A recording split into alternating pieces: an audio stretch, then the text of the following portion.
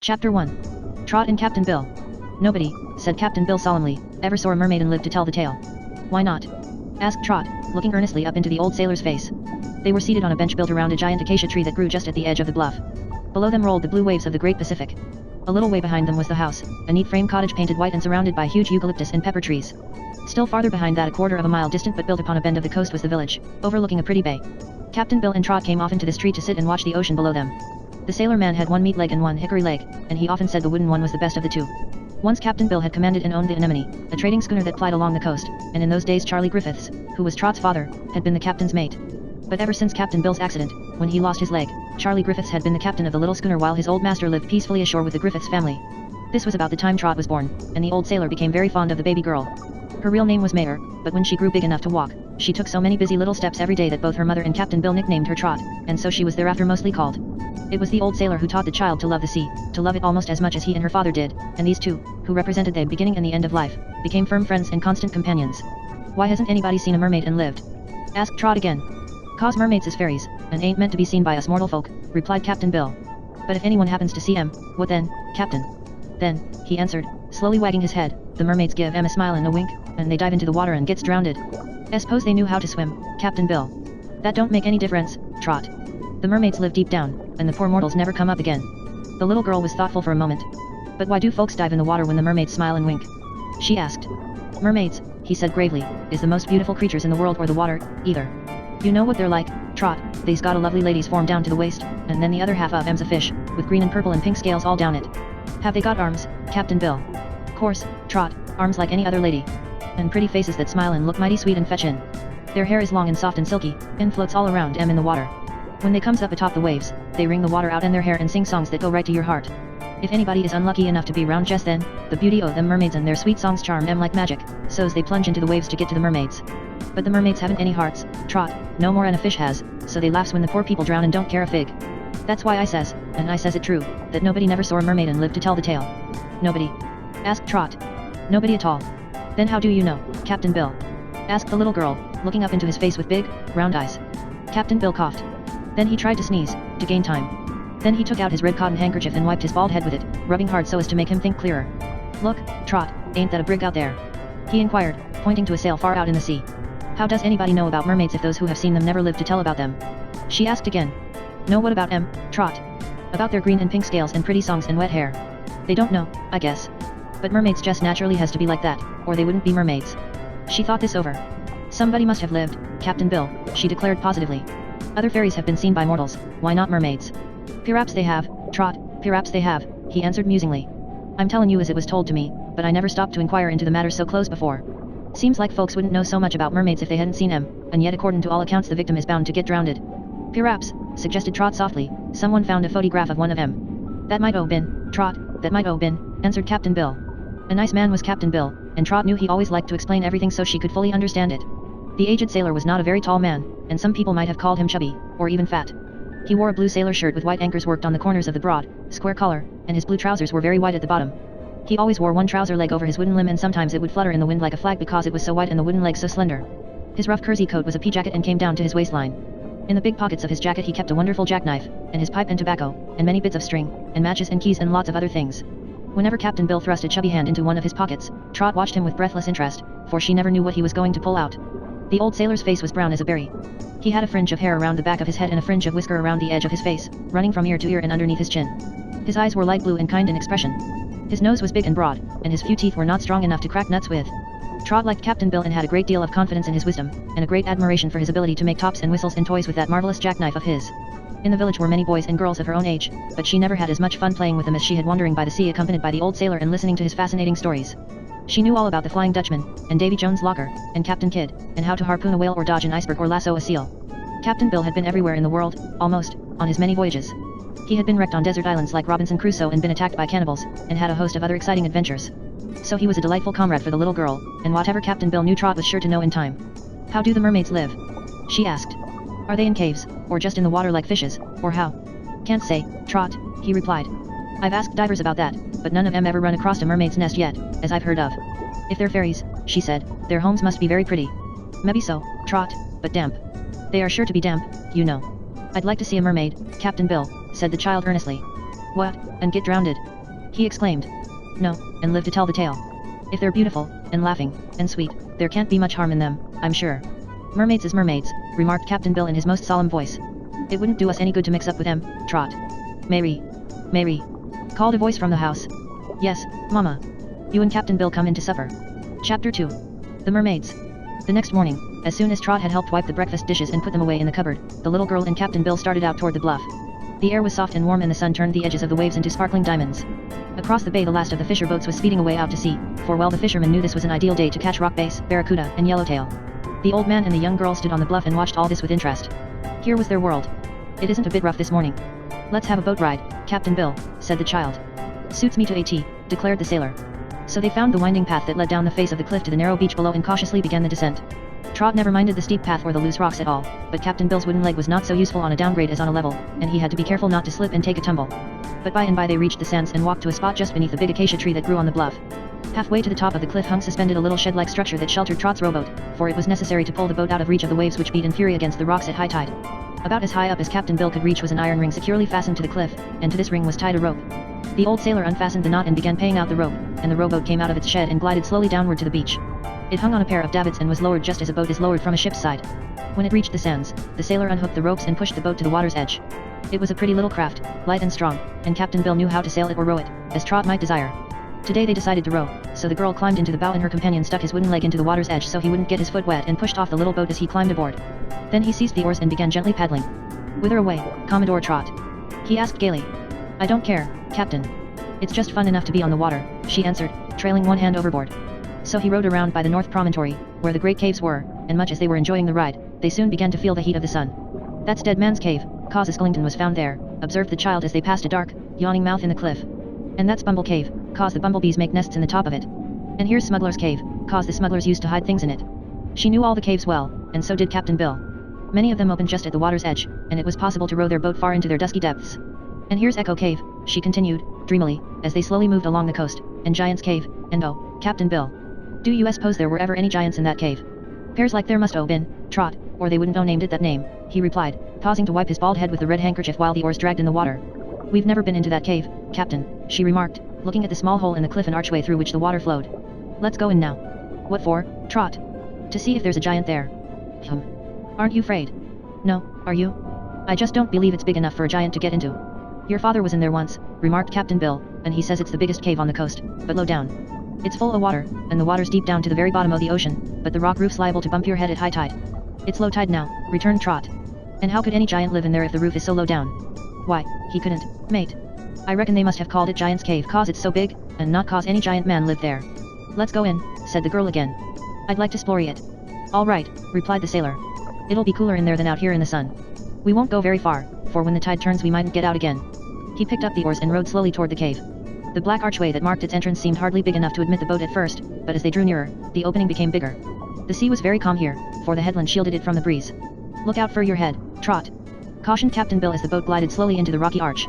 But it was the sailor who had to duck, instead of the little girl. Only for a moment, though. Just beyond the opening the cave was higher, and as the boat floated into the dim interior they found themselves on quite an extensive branch of the sea. For a time neither of them spoke and only the soft lapping of the water against the sides of the boat was heard. A beautiful sight met the eyes of the two adventurers and held them dumb with wonder and delight. It was not dark in this vast cave, yet the light seemed to come from underneath the water, which all around them glowed with an exquisite sapphire color. Where the little waves crept up the sides of the rocks they shone like brilliant jewels, and every drop of spray seemed a gem fit to deck a queen. Trot leaned her chin on her hands and her elbows on her lap and gazed at this charming sight with real enjoyment. Captain Bill drew in the oars and let the boat drift where it would while he also sat silently admiring the scene. Slowly the little craft crept farther and farther into the dim interior of the vast cavern, while its two passengers feasted their eyes on the beauties constantly revealed. Both the old seaman and the little girl loved the ocean in all its various moods. To them it was a constant companion and a genial comrade. If it stormed and raved, they laughed with glee. If it rolled great breakers against the shore, they clapped their hands joyfully. If it lay slumbering at their feet, they petted and caressed it, but always they loved it. Here was the ocean yet. It had crept under the dome of overhanging rock to reveal itself crowned with sapphires and dressed in azure down, revealing in this guise new and unexpected charms. Good morning, Mayor, said a sweet voice. Trot gave a start and looked around her in wonder. Just beside her in the water were little eddy circles within circles such as are caused when anything sinks below the surface. Did you hear that, Captain Bill? She whispered solemnly. Captain Bill did not answer. He was staring with eyes that fairly bulged out at a place behind Trot's back, and he shook a little, as if trembling from cold. Trot turned half around, and then she stared, too. Rising from the blue water was a fair face around which floated a mass of long, blonde hair. It was a sweet, girlish face with eyes of the same deep blue as the water and red lips whose dainty smile disposed 2 rows of pearly teeth. The cheeks were plump and rosy, the brows gracefully penciled, while the chin was rounded and had a pretty dimple in it. The most beautiful ESD in all the world, murmured Captain Bill in a voice of horror, and no one has ever lived to tell the tale. There was a peal of merry laughter at this, laughter that rippled and echoed throughout the cavern. Just at Trot's side appeared a new face even fairer than the other, with a wealth of brown hair wreathing the lovely features. And the eyes smiled kindly into those of the child. Are you a mermaid? Asked Trot curiously. She was not a bit afraid. They seemed both gentle and friendly. Yes, dear, was the soft answer. We are all mermaids. Chimed a laughing chorus, and here and there, all about the boat, appeared pretty faces lying just upon the surface of the water. Are you part fishes? Asked Trot, greatly pleased by this wonderful sight. No, we are all mermaid, replied the one with the brown hair. The fishes are partly like us, because they live in the sea and must move about. And you are partly like us, Mayor dear, but have awkward stiff legs so you may walk on the land. But the mermaids lived before fishes and before mankind, so both have borrowed something from us. Then you must be fairies if you've lived always, remarked Trot, nodding wisely. We are, dear. We are the water fairies, answered the one with the blonde hair, coming nearer and rising till her slender white throat showed plainly. We were goners, Trot. Sighed Captain Bill with a white, woebegone face. I guess not, Captain, she answered calmly. These pretty mermaids aren't going to hurt us, I'm sure. No indeed, said the first one who had spoken. If we were wicked enough to wish to harm you, our magic could reach you as easily upon the land as in this cave. But we love little girls dearly and wish only to please them and make their lives more happy. I believe that, cried Trot earnestly. Captain Bill groaned. Guess why we have appeared to you, said another mermaid, coming to the side of the boat. Why? Asked the child. We heard you say yesterday you would like to see a mermaid, and so we decided to grant your wish. That was real nice of you, said Trot gratefully. Also, we heard all the foolish things Captain Bill said about us, remarked the brown-haired one smilingly, and we wanted to prove to him that they were wrong. I only said what I've heard, protested Captain Bill. Never haven't seen a mermaid afore, I couldn't be a karate, and I never expected to see one and live to tell the tale. Again the cave rang with merry laughter, and as it died away, Trot said, May I see your scales, please? And are they green and purple and pink like Captain Bill said?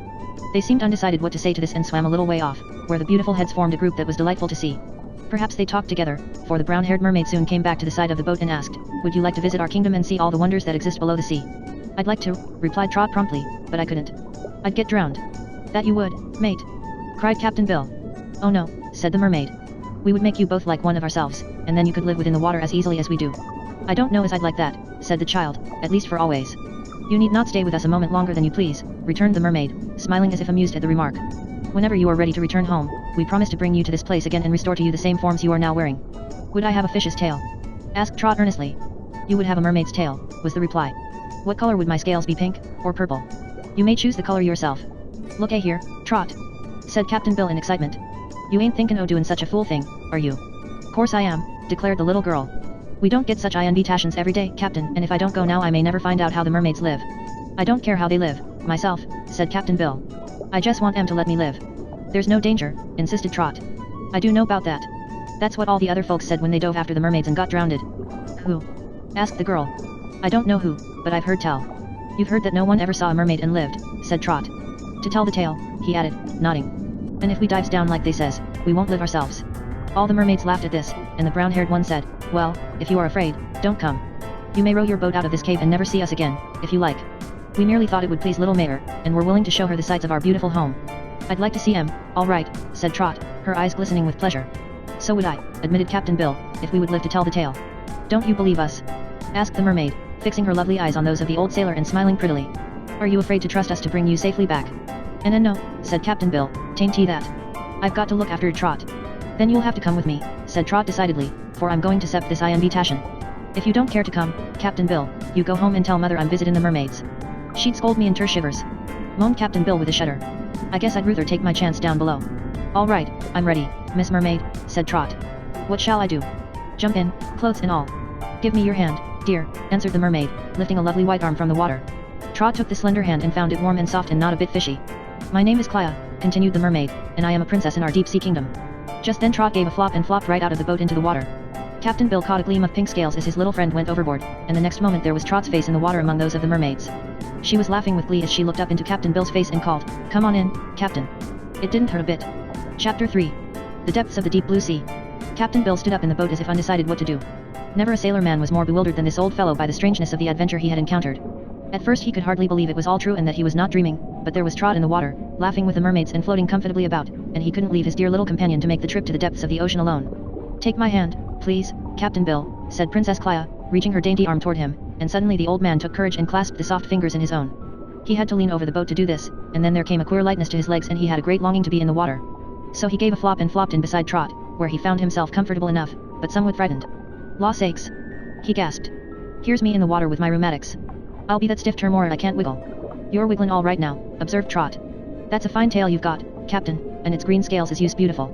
"Are they green, he asked, twisting around to try to see them. "Green as emeralds, Captain." "How do they feel?" "Feel, Trot, feel? Why, this tail beats that ol wooden leg all holler. I can do stunts now that I couldn't done in 1,000 years with ol Peg." "And don't be afraid of the rheumatism," advised the princess. "No mermaid ever catches cold or suffers pain in the water." "Is Captain Bill a mermaid now?" asked Trot. "Why, he's a merman, I suppose," laughed the pretty princess. "But when he gets home, he will be just Captain Bill again." "Wooden leg and all?" inquired the child. "To be sure, my dear." The sailor was now trying his newly discovered power of swimming, and became astonished at the feats he could accomplish. He could dart this way and that with wonderful speed, and turn and dive, and caper about in the water far better than he had ever been able to do on land even before he got the wooden leg. And a curious thing about this present experience was that the water did not cling to him and wet him as it had always done before. He still wore his flannel shirt and pea jacket and his sailor cap, but although he was in the water and had been underneath the surface, the cloth still seemed dry and warm. As he dived down and came up again, the drops flashed from his head and the fringe of beard, but he never needed to wipe his face or eyes at all. Trot, too, was having queer experiences and enjoying them. When she ducked underwater, she saw plainly everything about her as easily and distinctly as she had ever seen anything above water. And by looking over her shoulder she could watch the motion of her new tail, all covered with pretty iridescent pink scales, which gleamed like jewels. She wore her dress the same as before, and the water failed to affect it in the least. She now noticed that the mermaids were clothed, too, and their exquisite gowns were the loveliest thing the little girl had ever beheld. They seemed made of a material that was like sheeny silk, cut low in the neck and with wide, flowing sleeves that seldom covered the shapely, white arms of her new friends. The gowns had trains that floated far behind the mermaids as they swam, but were so fleecy and transparent that the sparkle of their scales might be seen reaching back of their waists, where the human form ended and the fish part began. The sea fairies wore strings of splendid pearls twined around their throats, while more pearls were sewn upon their gowns for trimmings. They did not dress their beautiful hair at all, but let it float around them in clouds. The little girl had scarcely time to observe all this when the princess said, "Now, my dear, if you are ready, we will begin our journey, for it is a long way to our palaces." "All right," answered Trot, and took the hand extended to her with a trustful smile. "Will you allow me to guide you, Captain Bill?" asked the blonde mermaid, extending her hand to the old sailor. "Of course, ma'am," he said, taking her fingers rather bashfully. "My name is Merla," she continued, "and I am cousin to Princess Clia. We must all keep together, you know, and I will hold your hand to prevent your missing the way." While she spoke they began to descend through the water, and it grew quite dark for a time because the cave shut out the light. But presently Trot, who was eagerly looking around her, began to notice the water lighten and saw they were coming into brighter parts of the sea. "We have left the cave now," said Clia, "and may swim straight home." "I suppose there are no winding roads in the ocean," remarked the child, swimming swiftly beside her new friend. "Oh yes indeed. At the bottom, the way is far from being straight or level," replied Clia. "But we are in mid-water now, where nothing will hinder our journey, unless—" She seemed to hesitate, so Trot asked, "Unless what?" "Unless we meet with disagreeable creatures," said the princess. "The mid-water is not as safe as the very bottom, and that is the reason we are holding your hands." "What good would that do?" asked Trot. "You must remember that we are fairies," said Princess Clia. "For that reason, nothing in the ocean can injure us, but you two are mortals and therefore not entirely safe at all times unless we protect you." Trot was thoughtful for a few moments and looked around her a little anxiously. Now and then a dark form would shoot across their pathway or pass them at some distance, but none was near enough for the girl to see plainly what it might be. Suddenly they swam right into a big school of fishes, all yellowtails and of very large size. There must have been hundreds of them lying lazily in the water, and when they saw the mermaids they merely wriggled to one side and opened a path for the sea fairies to pass through. "Will they hurt us?" asked Trot. "No indeed," laughed the princess. "Fishes are stupid creatures mostly, and this family is quite harmless." "How about sharks?" asked Captain Bill, who was swimming gracefully beside them, his hand clutched in that of pretty Merla. "Sharks may indeed be dangerous to you," replied Clia, "so I advise you to keep them at a safe distance. They never dare attempt to bite a mermaid, and it may be they will think you belong to our band, but it is well to avoid them if possible." "Don't get careless, Captain," added Trot. "I surely won't, mate," he replied. "You see, I didn't used to be afraid o' sharks cause if they came near I'd stick my wooden leg at 'em.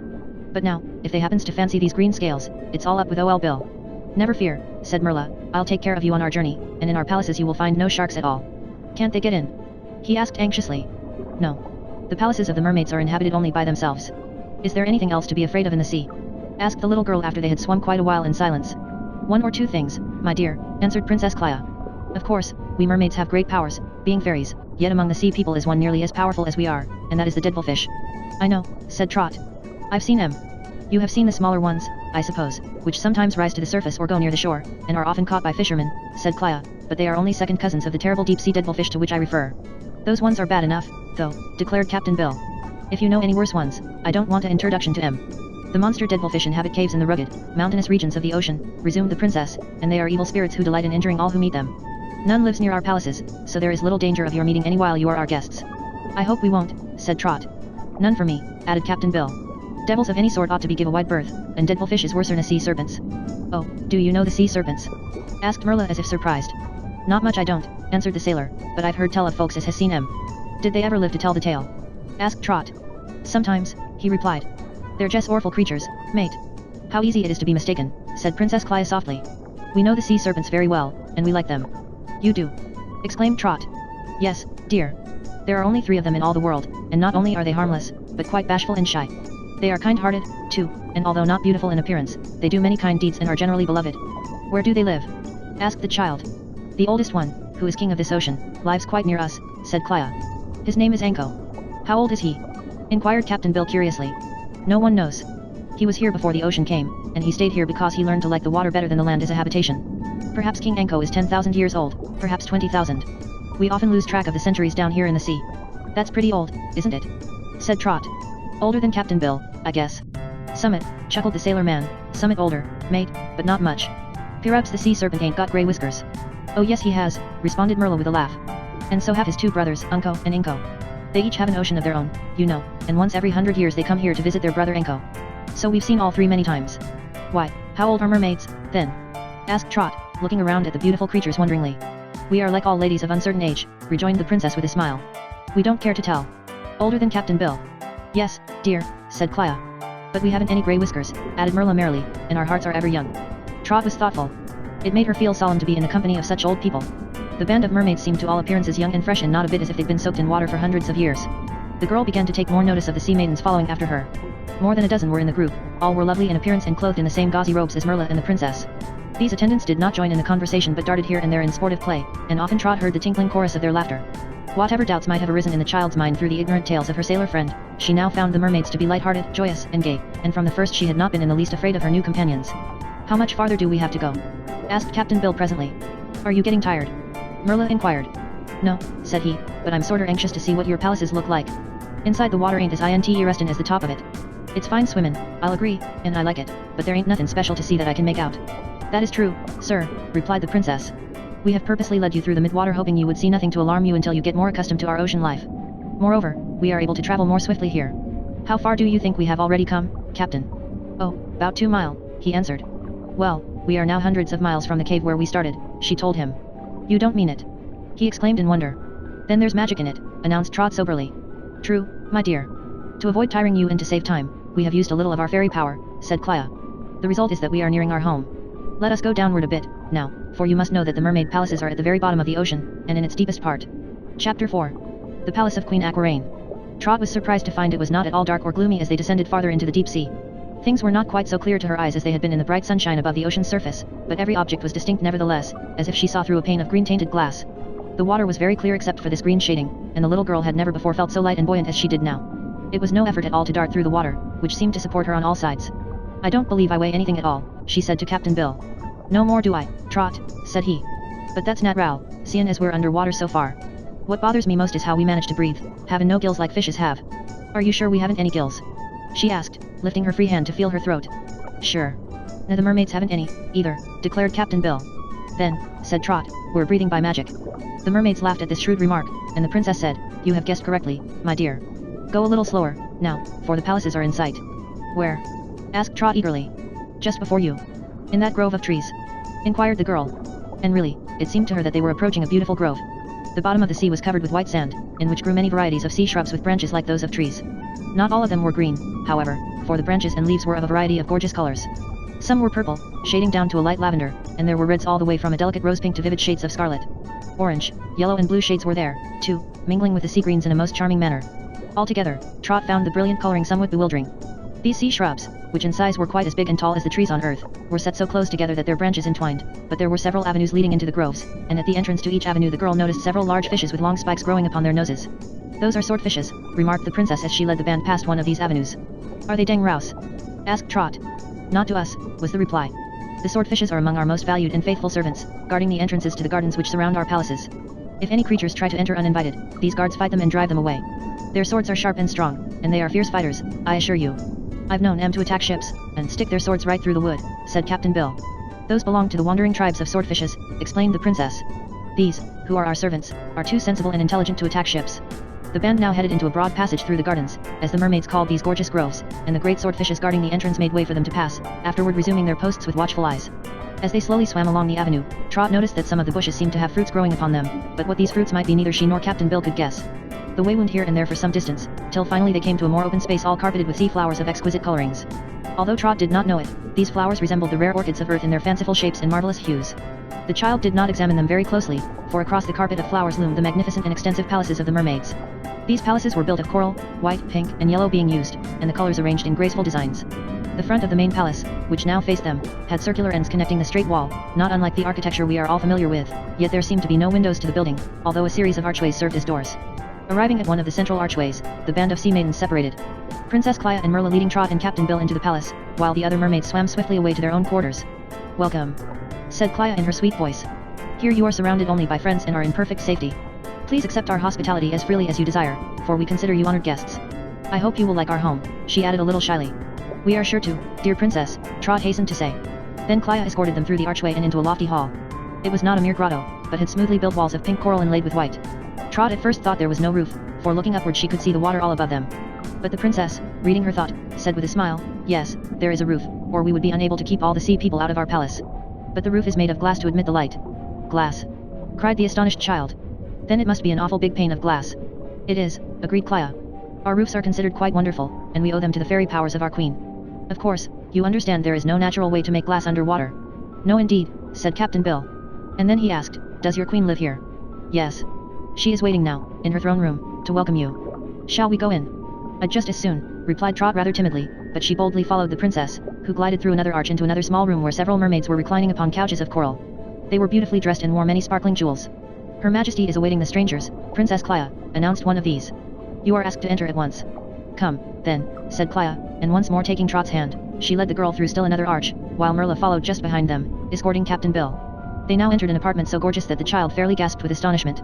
The queen's throne room was indeed the grandest and most beautiful chamber in all the ocean palaces. Its coral walls were thickly inlaid with mother of pearl, exquisitely shaded and made into borders and floral decorations. In the corners were cabinets, upon the shelves of which many curious shells were arranged, all beautifully polished. The floor glittered with gems arranged in patterns of flowers, like a brilliant carpet. Near the center of the room was a raised platform of mother of pearl upon which stood a couch thickly studded with diamonds, rubies, emeralds, and pearls. Here reclined Queen Aquarine, a being so lovely that Trot gazed upon her spellbound, and Captain Bill took off his sailor cap and held it in his hands. All about the room were grouped other mother of pearl couches, not raised like that of the queen, and upon each of these reclined a pretty mermaid. They could not sit down as we do, Trot readily understood, because of their tails, but they rested very gracefully upon the couches with their trailing gauzy robes arranged in fleecy folds. When Clia and Merla escorted the strangers down the length of the great room toward the royal throne, they met with pleasant looks and smiles on every side, for the sea maidens were too polite to indulge in curious stares. They paused just before the throne, and the queen raised her head upon one elbow to observe them. "Welcome, Mayor," she said, "and welcome, Captain Bill. I trust you are pleased with your glimpse of the life beneath the surface of our sea." "I am," answered Trot, looking admiringly at the beautiful face of the queen. "It's all mighty curious and strange like," said the sailor slowly. "I'd no idea you mermaids were like this, at all." "Allow me to explain that it was to correct your wrong ideas about us that led me to invite you to visit us," replied the queen. "We usually pay little heed to the earth people, for we are content in our own dominions, but, of course, we know all that goes on upon your earth. So when Princess Clia chanced to overhear your absurd statements concerning us, we were greatly amused and decided to let you see with your own eyes just what we are like." "I'm glad you did," answered Captain Bill, dropping his eyes in some confusion as he remembered his former description of the mermaids. "Now that you are here," continued the queen in a cordial, friendly tone, "you may as well remain with us a few days and see the wonderful sights of our ocean." "I'm much obliged to you, ma'am," said Trot, "and I'd like to stay ever so much, but mother worries you dreadfully if we don't get home in time." "I'll arrange all that," said Aquarine with a smile. "How?" asked the girl. "I will make your mother forget the passage of time so she will not realize how long you are away. Then she cannot worry." "Can you do that?" inquired Trot. "Very easily.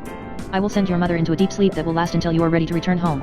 Just at present she is seated in her chair by the front window, engaged in knitting." The queen paused to raise an arm and wave it slowly to and fro. Then she added, "Now your good mother is asleep, little mayor, and instead of worries I promise her pleasant dreams." "Won't someone rob the house while she's asleep?" asked the child anxiously. "No, dear. My charm will protect the house from any intrusion." "That's fine," exclaimed Trot in delight. "It's just wonderful," said Captain Bill. "I wish I knew it was so. Trot's mother has an awful sharp tongue when she's worried." "You may see for yourselves," declared the queen, and waved her hand again. At once they saw before them the room in the cottage, with Mayor's mother asleep by the window. Her knitting was in her lap, and the cat lay curled up beside her chair. It was all so natural that Trot thought she could hear the clock over the fireplace tick. After a moment the scene faded away, when the queen asked with another smile, "Are you satisfied?" "Oh yes," cried Trot. "But how could you do it?" It is a form of mirage, was the reply.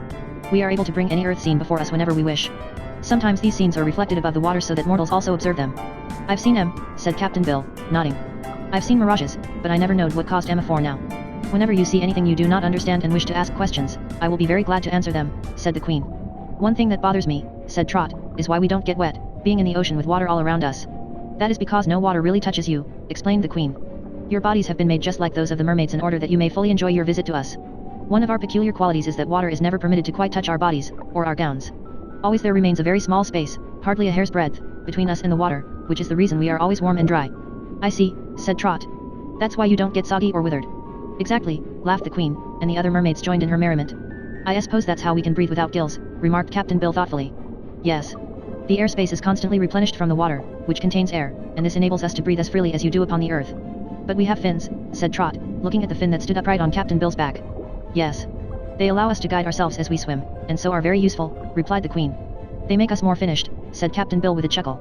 Then, suddenly becoming grave, he added, how about my rheumatics, ma'am? Ain't I likely to get stiffened up with all this dampness? No indeed, Aquarain answered. There is no such thing as rheumatism in all our dominions. I promise no evil result shall follow this visit to us, so please be as happy and contented as possible. Chapter 5. The Sea Serpent. Just then Trot happened to look up at the glass roof and saw a startling sight. A big head with a face surrounded by stubby grey whiskers was poised just over them, and the head was connected with a long, curved body that looked much like a sewer pipe. Oh, there is King Anko, said the Queen, following the child's gaze. Open a door and let him in, Clea, for I suppose our old friend is anxious to see the Earth people. Won't he hurt us? Asked the little girl with a shiver of fear. Who, Anko? Oh no, my dear. We are very fond of the Sea Serpent, who is king of this ocean, although he does not rule the mermaids. Old Anko is a very agreeable fellow, as you will soon discover. Can he talk? Asked Trot. Yes indeed. And can we understand what he says? Perfectly, replied the Queen. I have given you power, while you remain here, to understand the language of every inhabitant of the sea. That's nice, said Trot gratefully. The Princess Clea swam slowly to one of the walls of the throne room where, at a wave of her hand, a round hole appeared in the coral. The Sea Serpent at once observed this opening and the head left the roof of glass only to reappear presently at the round hole. Through this he slowly crawled until his head was just beneath the throne of Queen Aquarain, who said to him. Good morning, your majesty. I hope you are quite well. Quite well, thank your majesty, answered Anko, and then he turned to the strangers. I suppose these are the earth folks you were expecting. Yes, returned the Queen. The girl is named Mayor and the man Captain Bill. While the Sea Serpent looked at the visitors, they ventured to look at him. He certainly was a queer creature, yet Trot decided he was not at all frightful. His head was round as a ball, but his ears were sharp-pointed and had tassels at the ends of them. His nose was flat, and his mouth very wide indeed, but his eyes were blue and gentle in expression. The white, stubby hairs that surrounded his face were not thick like a beard, but scattered and scraggly. From the head, the long, brown body of the Sea Serpent extended to the hole in the coral wall, which was just big enough to admit it, and how much more of the body remained outside the child could not tell. On the back of the body were several fins, which made the creature look more like an eel than a serpent. The girl is young and the man is old, said King Anko in a soft voice. But I'm quite sure Captain Bill isn't as old as I am. How old are you? Asked the sailor. I can't say exactly. I can remember several thousands of years back, but beyond that my memory fails me. How's your memory, Captain Bill? You've got me beat, was the reply. I'll give in that you're older than I am. This seemed to please the Sea Serpent. Are you well? He asked. Pretty fair, said Captain Bill. How's yourself? Oh, I'm very well, thank you, answered Anko. I never remember to have had a pain but 3 times in my life. The last time was when Julius Caesar was on Earth. You mean Julius Caesar, said Trot, correcting him. No, I mean Julius Sneezer, insisted the Sea Serpent. That was his real name, Sneezer. They called him Caesar sometimes just because he took everything he could lay hands on. I ought to know, because I saw him when he was alive. Did you see him when he was alive, Captain Bill? I reckon not, admitted the sailor. That time I had a toothache, continued Anko, but I got a lobster to pull the tooth with his claw, so the pain was soon over. Did it hurt to pull it? Asked Trot. Hurt? Exclaimed the Sea Serpent, groaning at the recollection. My dear, those creatures have been called lobsters ever since. The second pain I had way back in the time of Nebuchadnezzar. Oh, I suppose you mean Nebuchadnezzar, said Trot. Do you call him that now?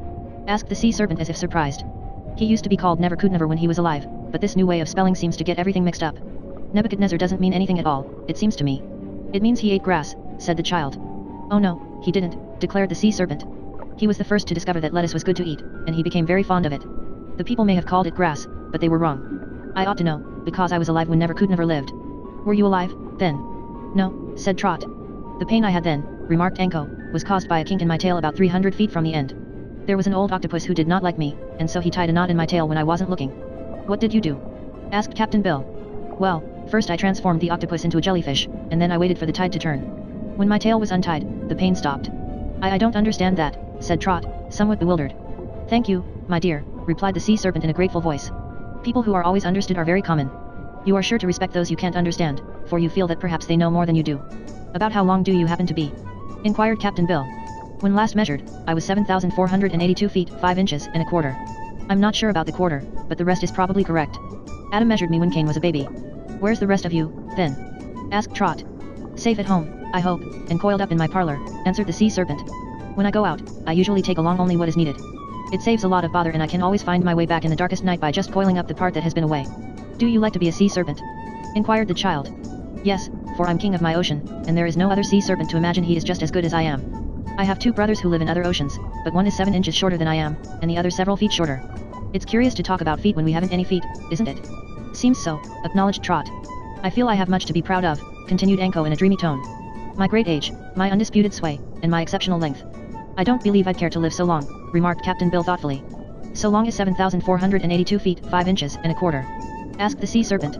No, I mean so many years, replied the sailor. But what can one do if one happens to be a sea serpent? Anko inquired. There is nothing in the sea that can hurt me, and I cannot commit suicide because we have no carbolic acid or firearms or gas to turn on. So it isn't a matter of choice, and I'd about as soon be alive as dead. It does not seem quite so monotonous, you know. But I guess I've stayed about long enough, so I'll go home to dinner. Come and see me when you have time. Thank you, said Trot, and Merla added, I'll take you over to His Majesty's palace when we go out and let you see how he lives. Yes, do, said Anko. And then he slowly slid out of the hole, which immediately closed behind him, leaving the coral wall as solid as before. Oh! Exclaimed Trot. King Anko forgot to tell us what his third pain was about.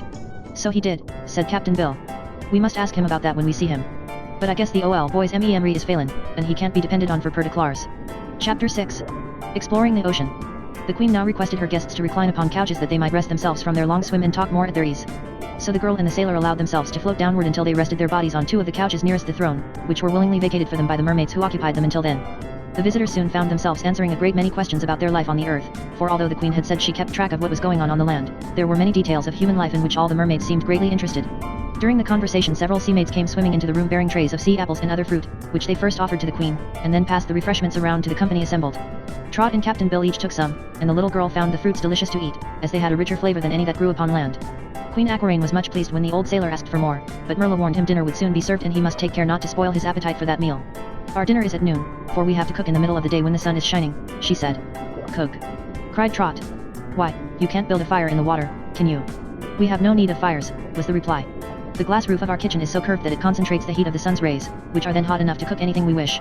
But how do you get along if the day is cloudy, and the sun doesn't shine? Inquired the little girl. Then we use the hot springs that bubble up in another part of the palace, Merla answered. But the sun is the best to cook by. So it was no surprise to Trot when, about noon, dinner was announced and all the mermaids, headed by their queen and their guests, swam into another spacious room where a great, long table was laid. The dishes were of polished gold and dainty cut glass, and the cloth and napkins of fine gossamer. Around the table were ranged rows of couches for the mermaids to recline upon as they ate. Only the nobility and favorites of Queen Aquaraine were invited to partake of this repast, for Clia explained that tables were set for the other mermaids in different parts of the numerous palaces. Trot wondered who would serve the meal, but her curiosity was soon satisfied when several large lobsters came sliding into the room backward, bearing in their claws trays loaded with food. Each of these lobsters had a golden band behind its neck to show it was the slave of the mermaids. These curious waiters were fussy creatures, and Trot found much amusement in watching their odd motions. They were so spry and excitable that at times they ran against one another and upset the platters of food, after which they began to scold and argue as to whose fault it was, until one of the mermaids quietly rebuked them and asked them to be more quiet and more careful. The Queen's guests had no cause to complain of the dinner provided. First the lobsters served bowls of turtle soup, which proved hot and deliciously flavored. Then came salmon steaks fried in fish oil, with a fungus bread that tasted much like field mushrooms. Oysters, clams, soft shell crabs and various preparations of seafoods followed. The salad was a delicate leaf from some seaweed that Trot thought was much nicer than lettuce. Several courses were served, and the lobsters changed the plates with each course, chattering and scolding as they worked, and as Trot said, doing everything backwards in their nervous, fussy way. Many of the things offered them to eat were unknown to the visitors, and the child was suspicious of some of them, but Captain Bill asked no questions and ate everything offered him, so Trot decided to follow his example. Certain it is they found the meal very satisfying, and evidently there was no danger of their being hungry while they remained the guests of the mermaids. When the fruits came, Trot thought that must be the last course of the big dinner, but following the fruits were ice creams frozen into the shape of flowers. How funny, said the child, to be eating ice cream at the bottom of the sea. Why does that surprise you? Inquired the Queen. I can't see where you get the ice to freeze it, Trot replied. It is brought to us from the icebergs that float in the northern parts of the ocean, explained Merla. O' course, Trot. You ortator thought o' that. I did, said Captain Bill. The little girl was glad there was no more to eat, for she was ashamed to feel she had eaten every morsel she could. Her only excuse for being so greedy was that everything tasted just splendid. As she told the Queen. And now, said Aquarain, I will send you out for a swim with Merla, who will show you some of the curious sights of our sea. You need not go far this afternoon, and when you return, we will have another interesting talk together. So the blonde mermaid led Trot and Captain Bill outside the palace walls, where they found themselves in the pretty flower gardens. I'd feel alright, mate, if I could have a smoke, remarked the old sailor to the child, but that's a thing as can't be did here in the water. Why not? Asked Merla, who overheard him. A pipe has to be lighted, and a match wouldn't burn, he replied. Try it, suggested the mermaid. I do not mind your smoking at all, if it will give you pleasure. It's a bad habit I've got, and I'm too old to break myself of it, said Captain Bill. Then he felt in the big pocket of his coat and took out a pipe and a bag of tobacco. After he had carefully filled his pipe, rejoicing in the fact that the tobacco was not at all wet, he took out his matchbox and struck a light. The match burned brightly, and soon the sailor was puffing the smoke from his pipe in great contentment. The smoke ascended through the water in the shape of bubbles, and Trot wondered what anyone who happened to be floating upon the surface of the ocean would think to see smoke coming from the water. Well, I find I can smoke, all right, remarked Captain Bill, but it bothers me to understand why. It is because of the airspace existing between the water and everything you have about you, explained Merla. But now, if you will come this way, I will take you to visit some of our neighbors. They passed over the carpet of sea flowers, the gorgeous blossoms swaying on their stems as the motion of the people in the water above them disturbed their repose, and presently the three entered the dense shrubbery surrounding the palace. They had not proceeded far when they came to a clearing among the bushes, and here Merla paused. Trot and Captain Bill paused, too, for floating in the clear water was a group of beautiful shapes that the child thought looked like molds of wine jelly. They were round as a dinner plate, soft and transparent, but tinted in such lovely hues that no artist's brush has ever been able to imitate them. Some were deep sapphire blue, others rose pink, still others a delicate topaz color. They seemed to have neither heads, eyes, nor ears, yet it was easy to see they were alive and able to float in any direction they wished to go. In shape they resembled inverted flower pots, with the upper edges fluted, and from the centers floated what seemed to be bouquets of flowers. How pretty! Exclaimed Trot, enraptured by the sight. Yes, this is a rare variety of jellyfish, replied Merla. The creatures are not so delicate as they appear, and live for a long time unless they get too near the surface and the waves wash them ashore. After watching the jellyfish a few moments, they followed Merla through the grove, and soon a low chant, like that of an Indian song, fell upon their ears. It was a chorus of many small voices and grew louder as they swam on. Presently a big rock rose suddenly before them from the bottom of the sea, rearing its steep side far up into the water overhead, and this rock was thickly covered with tiny shells that clung fast to its surface. The chorus they heard appeared to come from these shells, and Merla said to her companions, "These are the singing barnacles. They are really very amusing, and if you listen carefully, you can hear what they say." So Trot and Captain Bill listened, and this is what the barnacles sang. "We went to Topsy-Turvy Land to see a man-o'-war. And we were much attached to it, because we simply were. We found an anchorite within the mud upon the lee. For the ghost of Jonah's whale he ran away and went to sea. Oh, it was awful. It was unlawful. We rallied round the flag in several millions. They couldn't shake us. They had to take us. So the halibut and cod they danced cotillions." "What does it all mean?" asked Trot. "I suppose they refer to the way barnacles have of clinging to ships," replied Merla, "but usually the songs mean nothing at all. The little barnacles haven't many brains, so we usually find their songs quite stupid." "Do they write some comic operas?" asked the child. "I think not," answered the mermaid. "They seem to like the songs themselves," remarked Captain Bill. "Oh yes, they sing all day long. But it never matters to them whether their songs mean anything or not. Let us go in this direction and visit some other sea people." So they swam away from the barnacle-covered rock, and Trot heard the last chorus as she slowly followed their conductor. The barnacles were singing. "Oh, very well, then, I hear the curfew, please go away and come some other day. Goliath tussles with Samson's muscles, yet the muscles never fight in Oyster Bay. It's use nonsense," said Trot scornfully. "Why don't they sing Annie Laurie or Home, Sweet Home, or else keep quiet?" "Why, if they were quiet," replied Merla, "they wouldn't be singing barnacles." They now came to one of the avenues which led from the sea garden out into the broad ocean, and here two swordfishes were standing guard. "Is all quiet?" Merla asked them. "Just as usual, your highness," replied one of the guards. "Mummercouple was sick this morning and grunted dreadfully, but he's better now and has gone to sleep.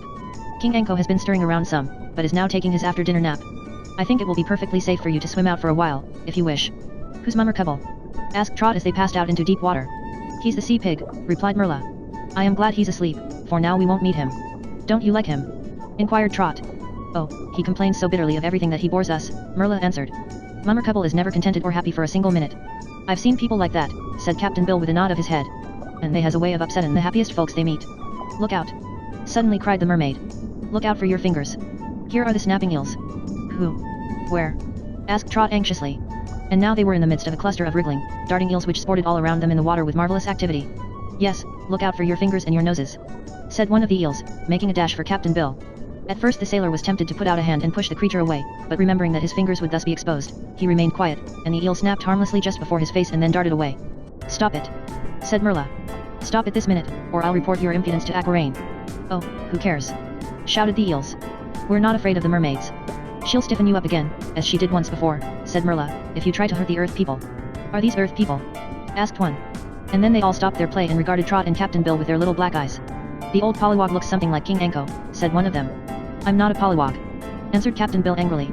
I'm a respectly sailor man, and I'll have you treat me decent or I'll know why. Sailor, said another. That means to float on the water, not in it. What are you doing down here? I'm just a visitin', answered Captain Bill. He is the guest of our queen, said Merla, and so is this little girl. If you do not behave nicely to them, you will surely be sorry. Oh, that's all right, replied one of the biggest eels, wriggling around in a circle and then snapping at a companion, which as quickly snapped out of his way.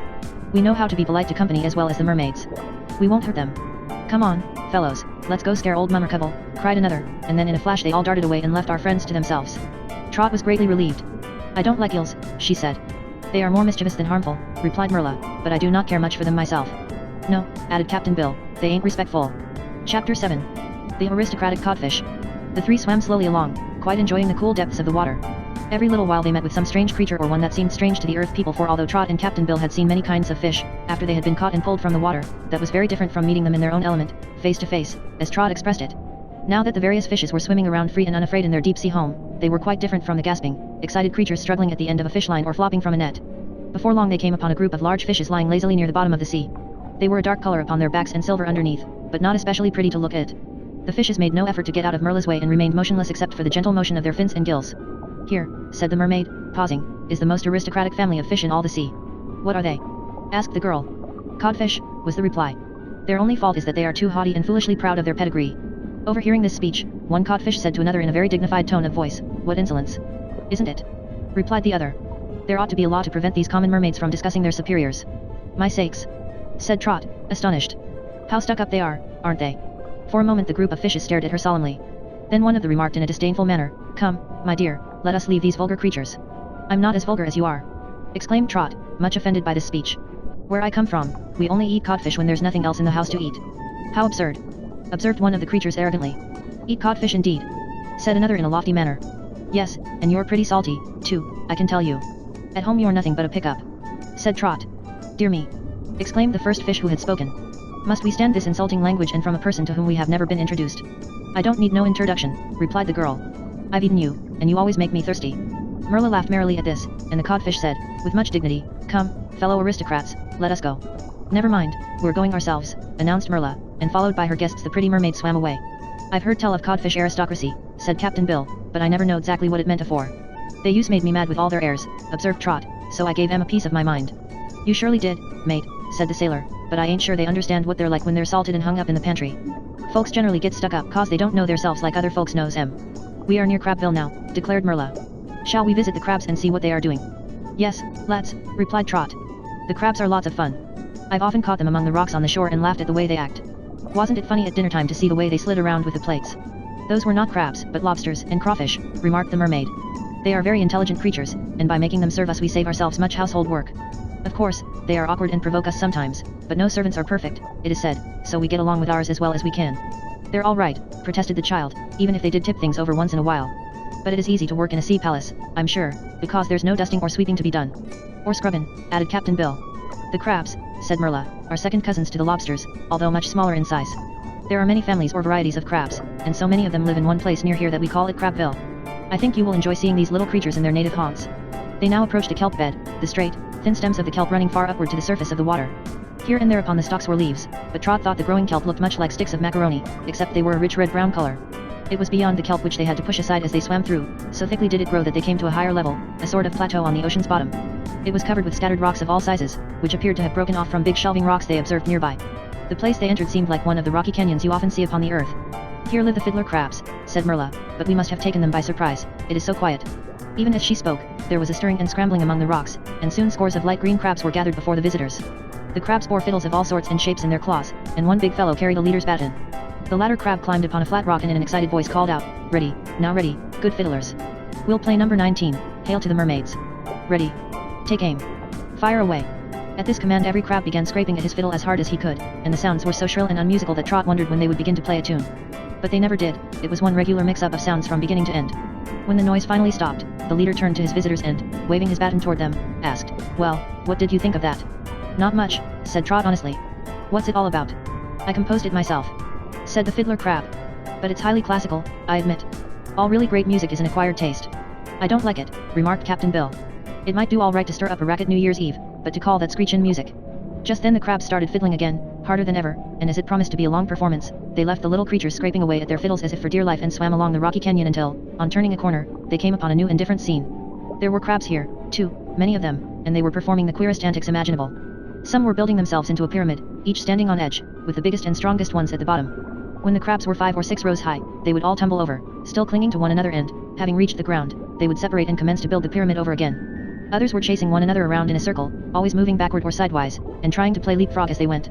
Still others were swinging on slight branches of seaweed or turning cartwheels or indulging in similar antics. Merla and the earth people watched the busy little creatures for some time before they were themselves observed, but finally Trot gave a laugh when one crab fell on its back and began frantically waving its legs to get right side up again. At the sound of her laughter they all stopped their play and came toward the visitors in a flock, looking up at them with their bright eyes in a most comical way. "Welcome home," cried one as he turned a back somersault and knocked another crab over. "What's the difference between a mermaid and a tadpole?" asked another in a loud voice, and without a pause continued, "Why, one drops its tail and the other holds onto it." "Ha, ha. Ho, ho. He. These," said Merla, "are the clown crabs. They are very silly things, as you may already have discovered, but for a short time they are rather amusing. One tires of them very soon." "They're funny," said Trot, laughing again. "It's almost as good as a circus. I don't think they would make me tired, but then I'm not a mermaid." The clown crabs had now formed a row in front of them. "Mr. Johnsing," asked one, "why is a mermaid like an automobile?" "I don't know, Tommy Blimkin," answered a big crab in the middle of the row. "Why do you think a mermaid is like an automobile?" "Because they both get tired," said Tommy Blimkin. Then all the crabs laughed, and Tommy seemed to laugh louder than the rest. "How do the crabs in the sea know anything about automobiles?" asked Trot. "Why, Tommy Blimkin and Harry Hustle were both captured once by humans and put in an aquarium," answered the mermaid. "But one day they climbed out and escaped, finally making their way back to the sea and home again. So they are quite traveled, you see, and great favorites among the crabs. While they were on land they saw a great many curious things, and so I suppose they saw automobiles." We did," cried Harry Hustle, an awkward crab with one big claw and one little one. "And we saw earth people with legs, awfully funny they were, and animals called horses, with legs, and other creatures with legs, and the people cover themselves with the queerest things, they even wear feathers and flowers on their heads, and—" "Oh, we know all about that," said Trot. "We live on the earth ourselves." "Well, you're lucky to get off from it and into the good water," said the crab. "I nearly died on the earth, it was so stupid, dry and airy. But the circus was great. They held the performance right in front of the aquarium where we lived, and Tommy and I learned all the tricks of the tumblers. Hi. Come on, fellows, and show the earth people what you can do." At this the crabs began performing their antics again, but they did the same things over and over, so Captain Bill and Trot soon tired, as Merla said they would, and decided they had seen enough of the crab circus. So they proceeded to swim farther up the rocky canyon, and near its upper end they came to a lot of conch shells lying upon the sandy bottom. A funny-looking crab was sticking his head out from each of these shells. "These are the hermit crabs," said one of the mermaids. "They steal these shells and live in them so no enemies can attack them." "Don't they get lonesome?" asked Trot. "Perhaps so, my dear. But they do not seem to mind being lonesome. They are great cowards, and think if they can but protect their lives there is nothing else to care for. Unlike the jolly crabs we have just left, the hermits are cross and unsociable." "Oh, keep quiet and go away," said one of the hermit crabs in a grumpy voice. "No one wants mermaids around here." Then every crab withdrew its head into its shell, and our friends saw them no more. "They're not very polite," observed Trot, following the mermaid as Merla swam upward into the middle water. "I know now why cross people are called crabbed," said Captain Bill. "They've got dispositions just like these hermit crabs." Presently they came upon a small flock of mackerel, and noticed that the fishes seemed much excited. When they saw the mermaid, they cried out, "Oh, Merla! What do you think? Our Flip-Pity has just gone to glory." "When?" asked the mermaid. "Just now," one replied. "We were lying in the water, talking quietly together when a spinning, shining thing came along and our dear Flip-Pity ate it. Then he went shooting up to the top of the water and gave a flop and went to glory. Isn't it splendid, Merla?" "Poor Flip-Pity," sighed the mermaid. "I'm sorry, for he was the prettiest and nicest mackerel in your whole flock." "What does it mean?" asked Trot. "How did Flip-Pity go to glory?" "Why, he was caught by a hook and pulled out of the water into some boat," Merla explained. "But these poor stupid creatures do not understand that, and when one of them is jerked out of the water and disappears, they have the idea he has gone to glory, which means to them some unknown but beautiful sea. I've often wondered," said Trot, "why fishes are foolish enough to bite on hooks. They must know enough to know their hooks," added Captain Bill musingly. "Oh, they do," replied Merla. "I've seen fishes gather around a hook and look at it carefully for a long time. They all know it is a hook and that if they bite the bait upon it they will be pulled out of the water. But they are curious to know what will happen to them afterward, and think it means happiness instead of death. So finally one takes the hook and disappears, and the others never know what becomes of him." "Why don't you tell them the truth?" asked Trot. "Oh, we do. The mermaids have warned them many times, but it does no good at all. The fish are stupid creatures." "But I wish I was Flip-Pity," said one of the mackerel, staring at Trot with his big, round eyes. "He went to glory before I could eat the hook myself." "You're lucky," answered the child. "Flip-Pity will be fried in a pan for someone's dinner. You wouldn't like that, would you?" "Flip-Pity has gone to glory," said another, and then they swam away in haste to tell the news to all they met. "I never heard of anything so foolish," remarked Trot as she swam slowly on through the clear, blue water. "Yes, it is very foolish and very sad," answered Merla. But if the fish were wise, men could not catch them for food, and many poor people on your earth make their living by fishing. It seems wicked to catch such pretty things, said the child. I do not think so, Merla replied laughingly, for they were born to become food for someone, and men are not the only ones that eat fishes. Many creatures of the sea feed upon them. They even eat one another at times. And if none was ever destroyed, they would soon become so numerous that they would clog the waters of the ocean and leave no room for the rest of us. So after all, perhaps it is just as well they are thoughtless and foolish. Presently they came to some round balls that looked much like balloons in shape and were gaily colored. They floated quietly in the water, and Trot inquired what they were. Balloon fish, answered Merla. They are helpless creatures, but have little spikes all over them so their enemies dare not bite them for fear of getting pricked. Trot found the balloon fish quite interesting. They had little dots of eyes and dots for mouths, but she could see no noses, and their fins and tails were very small. They catch these fish in the South Sea Islands and make lanterns of them, said Captain Bill. They first skin them and sew the skin up again to let it dry, and then they put candles inside, and the light shines through the dried skin. Many other curious sights they saw in the ocean that afternoon, and both Captain Bill and Trot thoroughly enjoyed their glimpse of sea life. At last Merla said it was time to return to the palace, from which she claimed they had not at any time been very far distant. We must prepare for dinner, as it will soon begin to grow dark in the water, continued their conductor. So they swam leisurely back to the groves that surrounded the palaces, and as they entered the gardens the sun sank, and deep shadows began to form in the ocean depths. Chapter 8. A banquet underwater. The palaces of the mermaids were all aglow with lights as they approached them, and Trot was amazed at the sight. Where do the lamps come from? She asked their guide wonderingly. They are not lamps, my dear, replied Merla, much amused at this suggestion. We use electric lights in our palaces and have done so for thousands of years long before the earth people knew of electric lights. But where do you get them? Inquired Captain Bill, who was as much astonished as the girl. From a transparent jellyfish which naturally emits a strong and beautiful electric light, was the answer. We have many hundreds of them in our palaces, as you will presently see. Their way was now lighted by small, phosphorescent creatures scattered about the sea gardens and which Merla informed them were hylia, or sea glowworms. But their light was dim when compared to that of the electric jellyfish, which they found placed in clusters upon the ceilings of all the rooms of the palaces, rendering them light as day. Trot watched these curious creatures with delight, for delicately colored lights ran around their bodies in every direction in a continuous stream, shedding splendid rays throughout the vast halls. A group of mermaids met the visitors in the hall of the main palace and told Merla the queen had instructed them to show the guests to their rooms as soon as they arrived. So Trot followed two of them through several passages, after which they swam upward and entered a circular opening. There were no stairs here, because there was no need of them, and the little girl soon found herself in an upper room that was very beautiful indeed. All the walls were covered with iridescent shells, polished till they resembled mother of pearl, and upon the glass ceiling were clusters of the brilliant electric jellyfish, rendering the room bright and cheerful with their radiance. In one corner stood a couch of white coral, with gossamer draperies hanging around it from the four high posts. Upon examining it, the child found the couch was covered with soft, amber sponges, which rendered it very comfortable to lie upon. In a wardrobe she found several beautiful gossamer gowns richly embroidered in colored seaweeds, and these Mayor was told she might wear while she remained the guest of the mermaids. She also found a toilet table with brushes, combs, and other conveniences, all of which were made of polished tortoise shell. Really, the room was more dainty and comfortable than one might suppose possible in a palace far beneath the surface of the sea, and Trot was greatly delighted with her new quarters. The mermaid attendants assisted the child to dress herself in one of the prettiest robes, which she found to be quite dry and fitted her comfortably. Then the sea maids brushed and dressed her hair, and tied it with ribbons of cherry red seaweed. Finally they placed around her neck a string of pearls that would have been priceless upon the earth, and now the little girl announced she was ready for supper and had a good appetite. Captain Bill had been given a similar room near Trot, but the old sailor refused to change his clothes for any others offered him, for which reason he was ready for supper long before his comrade. What bothers me, mate, he said to the little girl as the Y swam toward the great banquet hall where Queen Aquarine awaited them, is why ain't we crushed by the pression of the water age in us, Bane, as we're down here in the deep sea. How's that, Captain? Why should we be crushed? She asked. Why, ev our body knows that the deeper you go in the sea, the more the water presses age in you, he explained. Even the divers in their steel jackets can't stand it very deep down. And here we be, miles from the top of the water, I expect, and we don't feel crowded a bit. I know why, answered the child wisely. The water don't touch us, you see. If it did, it might crush us, but it don't. It's always held a little way off from our bodies by the magic of the fairy mermaids. True enough, Trot, declared the sailor man. What an idiot I was not to think o' that myself. In the royal banquet hall were assembled many of the mermaids, headed by the lovely queen, and as soon as their earth guests arrived, Aquarine ordered the meal to be served. The lobsters again waited upon the table, wearing little white caps and aprons which made them look very funny, but Trot was so hungry after her afternoon's excursion that she did not pay as much attention to the lobsters as she did to her supper, which was very delicious and consisted of many courses. A lobster spilled some soup on Captain Bill's bald head and made him yell for a minute, because it was hot and he had not expected it, but the queen apologized very sweetly for the awkwardness of her servants, and the sailor soon forgot all about the incident in his enjoyment of the meal. After the feast ended, they all went to the big reception room, where some of the mermaids played upon harps while others sang pretty songs. They danced together, to a graceful, swimming dance, so queer to the little girl that it interested and amused her greatly. Captain Bill seemed a bit bashful among so many beautiful mermaids, yet he was pleased when the queen offered him a place beside her throne, where he could see and hear all the delightful entertainment provided for the royal guests. He did not talk much, being a man of few words except when alone with Trot, but his light blue eyes were big and round with wonder at the sights he saw. Trot and the sailor man went to bed early and slept soundly upon their sponge-covered couches. The little girl never wakened until long after the sun was shining down through the glass roof of her room, and when she opened her eyes she was startled to find a number of big, small, and middle-sized fishes staring at her through the glass. That's one bad thing about this mermaid palace, she said to herself. It's too public. Everything in the sea can look at you through the glass as much as it likes. I wouldn't mind fishes looking at me if they hadn't such big eyes, and goodness me. There's a monster that's all head. And there goes a fish with a sail on its back, and here's old Mummer Cubble, I'm sure, for he's got a head just like a pig. She might have watched the fishes on the roof for hours, had she not remembered it was late and breakfast must be ready. So she dressed and made her toilet, and swam down into the palace to find Captain Bill and the mermaids politely waiting for her to join them.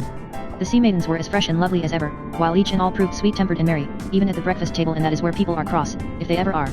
During the meal the queen said, I shall take you this morning to the most interesting part of the ocean, where the largest and most remarkable sea creatures live. And we must visit King Anko, too, for the sea serpent would feel hurt and slighted if I did not bring my guests to call upon him. That will be nice, said Trot eagerly. But Captain Bill asked, is there any danger, ma'am? I think not, replied Queen Aquaraine. I cannot say that you will be exposed to any danger at all, so long as I'm with you. But we are going into the neighborhood of such fierce and even terrible beings which would attack you at once did they suspect you to be Earth people. So in order to guard your safety, I intend to draw the magic circle around both of you before we start. What is the magic circle? Asked Trot. A fairy charm that prevents any enemy from touching you. No monster of the sea, however powerful, will be able to reach your body while you are protected by the magic circle, declared the queen. Oh, then I'll not be a bit afraid, returned the child with perfect confidence. Am I to have the magic circle drawn around me, too? Asked Captain Bill. Of course, answered Aquaraine. You will need no other protection than that, yet both Princess Clia and I will both be with you. For today I shall leave Merla to rule our palaces in my place until we return. No sooner was breakfast finished than Trot was anxious to start. The girl was also curious to discover what the powerful magic circle might prove to be, but she was a little disappointed in the ceremony. The queen merely grasped her fairy wand in her right hand and swam around the child in a circle, from left to right. Then she took her wand in her left hand and swam around Trot in another circle, from right to left. Now, my dear, said she, you are safe from any creature we are liable to meet. She performed the same ceremony for Captain Bill, who was doubtful about the magic circle because he felt the same after it as he had before. But he said nothing of his unbelief, and soon they left the palace and started upon their journey. Chapter 9. The Bashful Octopus. It was a lovely day, and the sea was like azure under the rays of the sun. Over the flower beds and through the gardens they swam, emerging into the open sea in a direction opposite that taken by the visitors the day before. The party consisted of but four: Queen Aquaraine, Princess Clia, Trot, and Captain Bill. People who live upon the land know only those sea creatures which they are able to catch in nets or upon hooks, or those which become disabled and are washed ashore, remarked the queen as they swam swiftly through the clear water. And those who sail in ships see only the creatures who chance to come to the surface. But in the deep ocean caverns are queer beings that no mortal has ever heard of or beheld, and some of these we are to visit. We shall also see some sea shrubs and flowering weeds which are sure to delight you with their beauty. The sights really began before they had gone very far from the palace, and a school of butterfly fish, having gorgeous colors spattered over their broad wings, was first to delight the strangers. They swam just as butterflies fly, with a darting, jerky motion, and called a merry good morning to the mermaids as they passed. These butterfly fish are remarkably active, said the princess, and their quick motions protect them from their enemies. We like to meet them, they are always so gay and good-natured. Why, so am I, cried a sharp voice just beside them, and they all paused to discover what creature had spoken to them. Take care, said Clia in a low voice. It's an octopus. Trot looked eagerly around. A long, brown arm stretched across their way in front and another just behind them, but that did not worry her. The octopus himself came slowly sliding up to them and proved to be well worth looking at. He wore a red coat with brass buttons, and a silk hat was tipped over one ear. His eyes were somewhat dull and watery, and he had a mustache of long, hair-like feelers that curled stiffly at the ends. When he tried to smile at them, he showed 2 rows of sharp, white teeth. In spite of his red coat and yellow embroidered vest, his standing collar and carefully tied cravat, the legs of the octopus were bare, and Trot noticed he used some of his legs for arms, as in one of them was held a slender cane and in another a handkerchief. Well, well, said the octopus. Are you all dumb? Or don't you know enough to be civil when you meet a neighbor? We know how to be civil to our friends, replied Trot, who did not like the way he spoke. Well, are we not friends, then? Asked the octopus in an airy tone of voice. I think not, said the little girl. Octopuses are horrid creatures. Octopi, if you please, octopi, said the monster with a laugh. I don't see any pie that pleases me, replied Trot, beginning to get angry. Octopus means one of us, 2 or more are called octopi, remarked the creature, as if correcting her speech. I suppose a lot of you would be a whole bakery. She said scornfully. Our name is Latin. It was given to us by learned scientists years ago, said the octopus. That's true enough, agreed Captain Bill. The learned scientists named every blamed thing they come across, and generally they picked out names as nobody could understand or pronounce. That isn't our fault, sir, said the octopus. Indeed, it's pretty hard for us to go through life with such terrible names. Think of the poor little seahorse. He used to be a merry and cheerful fellow, but since they named him Hippocampus he hasn't smiled once. Let's go, said Trot. I don't like to associate with octopuses. Octopi, said the creature, again correcting her. Your use is horrid whether you're pusses or pies, she declared. Horrid, cried the monster in a shocked tone of voice. Not only horrid, but horrible, persisted the girl. May I ask in what way? He inquired, and it was easy to see he was offended. Why, everybody knows that octopuses are wicked and deceitful, she said. Up on the earth, where I live, we call the Standard Oil Company an octopus, and the Coal Trust an octopus, and... Stop, stop, cried the monster in a pleading voice. Do you mean to tell me that the earth people whom I have always respected compare me to the Standard Oil Company? Yes, said Trot positively. Oh, what a disgrace. What a cruel, direful, dreadful disgrace. Moaned the octopus, drooping his head in shame, and Trot could see great tears falling down his cheeks. This comes of having a bad name, said the queen gently, for she was moved by the monster's grief. It is unjust. It is cruel and unjust. Sobbed the creature mournfully. Just because we have several long arms and take whatever we can reach, they accuse us of being like Lyco. I cannot say it. It is too shameful, too humiliating. Come, let's go, said Trot again. So they left the poor octopus weeping and wiping his watery eyes with his handkerchief and swam on their way. I'm not a bit sorry for him, remarked the child, for his legs remind me of serpents. So they do me, agreed Captain Bill. But the octopi are not very bad, said the princess, and we get along with them much better than we do with their cousins, the sea devils. Oh. Are the sea devils their cousins? Asked Trot. Yes, and they are the only creatures of the ocean which we greatly fear, replied Aquarain. I hope we shall meet none today, for we are going near to the dismal caverns where they live. What are the sea devils like, ma'am? Inquired Captain Bill a little uneasily. Something like the octopus you just saw, only much larger and of a bright scarlet color, striped with black, answered the queen. They are very fierce and terrible creatures and nearly as much dreaded by the inhabitants of the ocean as is Zog, and nearly as powerful as King Anko himself. Zog. Who is Zog? Questioned the girl. I haven't heard of him before now. We do not like to mention Zog's name, responded the queen in a low voice. He is the wicked genius of the sea, and a magician of great power. What's he like? Asked Captain Bill. He is a dreadful creature, part fish, part man, part beast, and part serpent. Centuries ago they cast him off the earth into the sea, where he has caused much trouble. Once he waged a terrible war against King Anko, but the sea serpent finally conquered Zog and drove the magician into his castle, where he now stays shut up. For if ever Anko catches the monster outside of his enchanted castle, he will kill him, and Zog knows that very well. Seems like you have your troubles down here just as we do on top the ground, remarked Captain Bill. But I'm glad old Zog is shut up in his castle, added Trot. Is it a sea castle like your own palace? I cannot say, my dear, for the enchantment makes it invisible to all eyes but those of its inhabitants, replied Aquarain. No one sees Zog now, and we scarcely ever hear of him, but all the sea people know he is here someplace and fear his power. Even in the old days, before Anko conquered him, Zog was the enemy of the mermaids, as he was of all the good and respectable sea folk.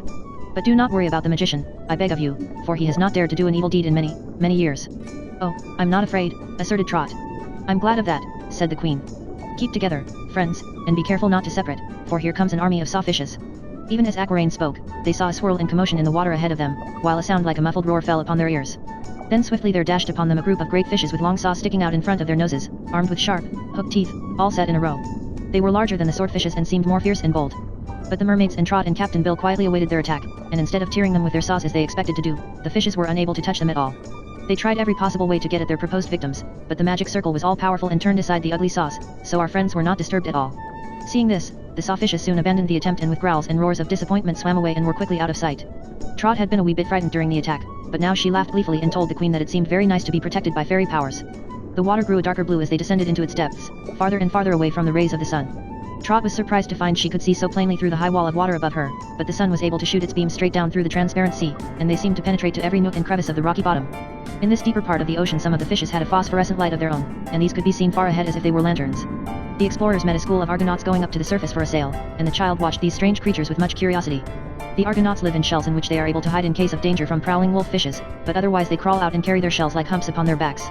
Then they spread their skinny sails above them and sail away underwater till they come to the surface, where they float and let the currents of air carry them along the same as the currents of water had done before. Trot thought the Argonauts comical little creatures, with their big eyes and sharp noses, and to her they looked like a fleet of tiny ships.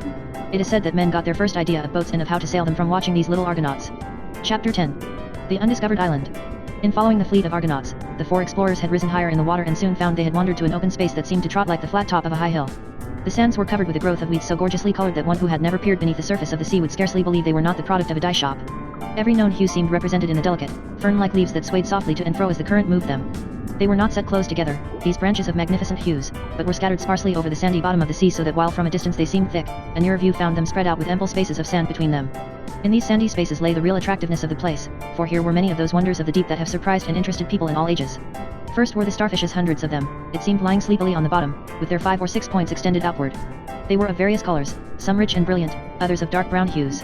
A few had wound their arms around the weeds or were creeping slowly from one place to another, in the latter case turning their points downward and using them as legs. But most of them were lying motionless, and as Trot looked down upon them she thought they resembled stars in the sky on a bright night, except that the blue of the heavens was here replaced by the white sand, and the twinkling diamond stars by the colored starfish. We are near an island, said the queen, and that is why so many starfishes are here, as they love to keep close to shore. Also the little seahorses love these weeds, and to me they are more interesting than the starfish. Trot now noticed the seahorses for the first time. They were quite small, merely 2 or 3 inches high, but had funny little heads that were shaped much like the head of a horse, and bright, intelligent eyes. They had no legs, though, for their bodies ended in tails which they twined around the stems of seaweeds to support themselves and keep the currents from carrying them away. Trot bent down close to examine one of the queer little creatures and exclaimed, "Why, the seahorses haven't any fins or anything to swim with." "Oh yes we have," replied the seahorse in a tiny but distinct voice. "These things on the side of my head are fins." "I thought they were ears," said the girl. "So they are. Fins and ears at the same time," answered the little sea animal. "Also, there are small fins on our backs. Of course, we can't swim as the mermaids do, or even as swiftly as fishes, but we manage to get around, thank you." "Don't the fishes catch and eat you?" inquired Trot curiously. "Sometimes," admitted the seahorse, "and there are many other living things that have a way of destroying us. But here I am, as you see, over 6 weeks old, and during that time I have escaped every danger." "That isn't so bad, is it?" "Phoo," said a starfish lying near. "I'm over 3 months old." "You're a mere baby, seahorse." "I'm not," cried the seahorse excitedly. "I'm full grown and may live to be as old as you are." "Not if I keep on living," said the starfish calmly, and Trot knew he was correct in his statement. The little girl now noticed several sea spiders creeping around and drew back because she did not think them very pretty. They were shaped not unlike the starfishes, but had slender legs and big heads with wicked-looking eyes sticking out of them. "Oh, I don't like those things," said Trot, coming closer to her companions. "You don't, said a big sea spider in a cross voice. "Why do you come around here, then, scaring away my dinner when you are not wanted?" "It isn't your ocean," replied Trot. "No, and it isn't yours," snapped the spider. "But as it's big enough for us both, I'd like you to go away." "So we will," said Aquarain gently, and at once she moved toward the surface of the water. Trot and Captain Bill followed, with Clea, and the child asked, "What island are we near?" "It has no name," answered the queen, "for it is not inhabited by man, nor has it ever yet been discovered by them. Perhaps you will be the first humans to see this island. But it is a barren, rocky place, and only fit for seals and turtles." "Are any of them there now?" Captain Bill inquired. "I think so. We will see." Trot was astonished to find how near they were to the top of the ocean, for they had not ascended through the water very long when suddenly her head popped into the air, and she gave a gasp of surprise to find herself looking at the clear sky for the first time since she had started upon this adventure by rowing into Giant's Cave. She floated comfortably in the water, with her head and face just out of it, and began to look around her. Captain Bill was at her side, and so were the 2 mermaids. The day was fair, and the surface of the sea, which stretched far away as the eye could reach, rippled under a gentle breeze. They had risen almost at the edge of a small, rocky islet, high in the middle, but gradually slanting down to the water. No trees or bushes or grass grew anywhere about, only rocks, grey and bleak, were to be seen. Trot scarcely noticed this at first, however, for the island seemed covered with groups of forms, some still and some moving, which the old sailor promptly recognized as seals. Many were lying asleep or sunning themselves, others crept awkwardly around, using their strong fins as legs or paddles and caring little if they disturbed the slumbers of the others. Once in a while one of those crowded out of place would give a loud and angry bark, which awakened others and set them to barking likewise. Baby seals were there in great numbers, and were more active and playful than their elders.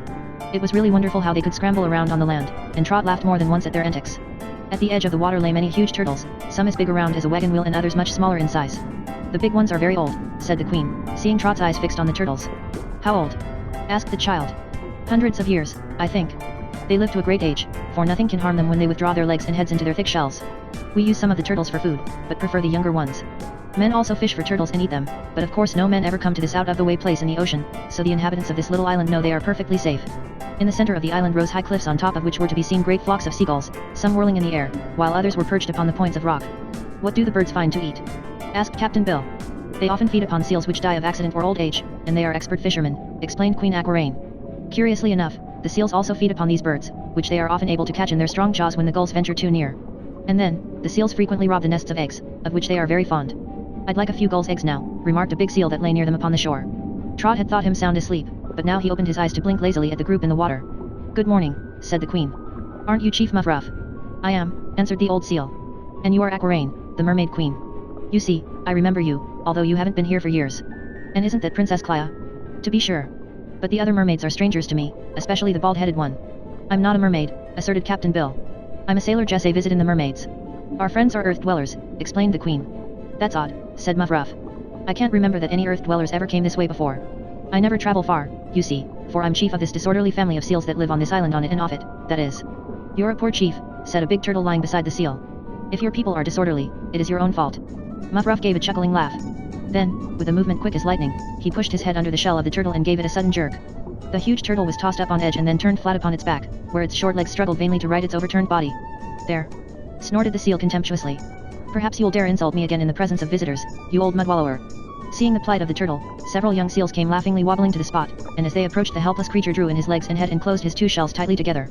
The seals bumped against the turtle and gave it a push that sent it sliding down the beach like a toboggan, and a minute later it splashed into the water and sank out of sight. But that was just what the creature wanted. On shore the upset turtle was quite helpless, but the mischievous seal saved him. For as soon as he touched the water, he was able to turn and right himself, which he promptly did. Then he raised his head above the water and asked, "Is it peace or war, Muffruff?" "Whichever you like," answered the seal indifferently. Perhaps the turtle was angry, for it ran on shore with remarkable swiftness, uttering a shrill cry as it advanced. At once all the other turtles awoke to life and with upraised heads joined their comrade in the rush for the seals. Most of Chief Muffruff's band scrambled hastily down the rocks and plunged into the water of the sea without waiting for the turtles to reach them, but the chief himself was slow in escaping. It may be that he was ashamed to run while the mermaids were watching, but if this was so he made a great mistake. The turtle snapped at his fins and tail and began biting round chunks out of them so that Chief Muffruff screamed with pain and anger and floundered into the water as fast as he could go. The vengeful turtles were certainly the victors, and now held undisputed possession of the island. Trot laughed joyously at the incident, not feeling a bit sorry for the old seal who had foolishly begun the battle. Even the gentle queen smiled as she said, "These quarrels between the turtles and the seals are very frequent, but they are soon ended. An hour from now they will all be lying asleep together just as we found them, but we will not wait for that. Let us go." She sank slowly beneath the water again, and the others followed after her. Chapter 11. Zog the Terrible and his Sea Devils. "The sun must be going under a cloud," said Trot, looking ahead. They had descended far into the ocean depths again further, the girl thought, than they had ever been before. "No," the queen answered after a glance ahead of them, "that is a cuttlefish, and he is dyeing the sea around him with ink so that he can hide from us. Let us turn a little to the left, for we could see nothing at all in that inky water." Following her advice, they made a broad curve to the left, and at once the water began to darken in that direction. "Why, there's another of them," said Captain Bill as the little party came to a sudden halt. "So there is," returned the queen, and Trot thought there was a little quiver of anxiety in her voice. "We must go far to the right to escape the ink." So they again started, this time almost at a right angle to their former course. The little girl inquired, "How can the cuttlefish color the water so very black?" "They carry big sacks in front of them where they conceal the ink," Princess Clia answered. "Whenever they choose, the cuttlefish are able to press out this ink, and it colors the water for a great space around them." The direction in which they were now swimming was taking them far out of their way.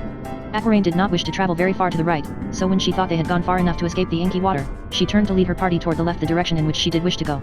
At once another cloud of ink stained the water and drove them to the right again. "Is anything wrong, ma'am?" asked Captain Bill, seeing a frown gather upon the queen's lovely face. "I hope not," she said. "But I must warn you that these cuttlefish are the servants of the terrible sea devils, and from the way they are acting they seem determined to drive us toward the devil caves, which I wish to avoid." This admission on the part of their powerful protector, the fairy mermaid, sent a chill to the hearts of the earth people.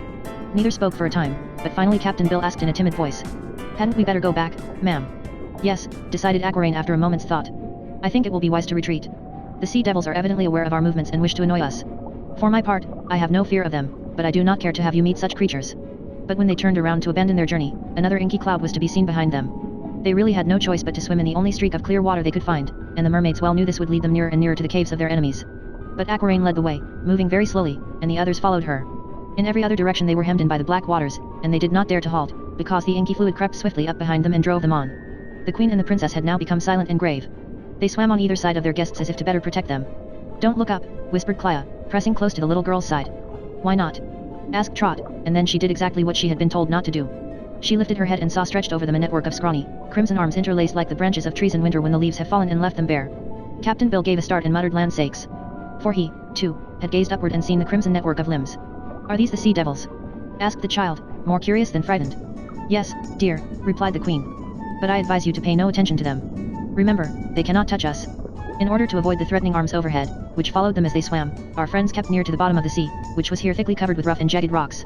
The inky water had now been left far behind, but when Trot looked over her shoulder, she shuddered to find a great crimson monster following closely after them, with a dozen long, snaky feelers stretched out as if to grab anyone that lagged behind.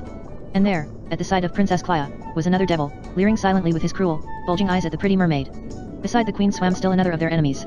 Indeed, the sea devils had crept upon them and surrounded them everywhere except at the front, and Trot began to feel nervous and worried for the first time.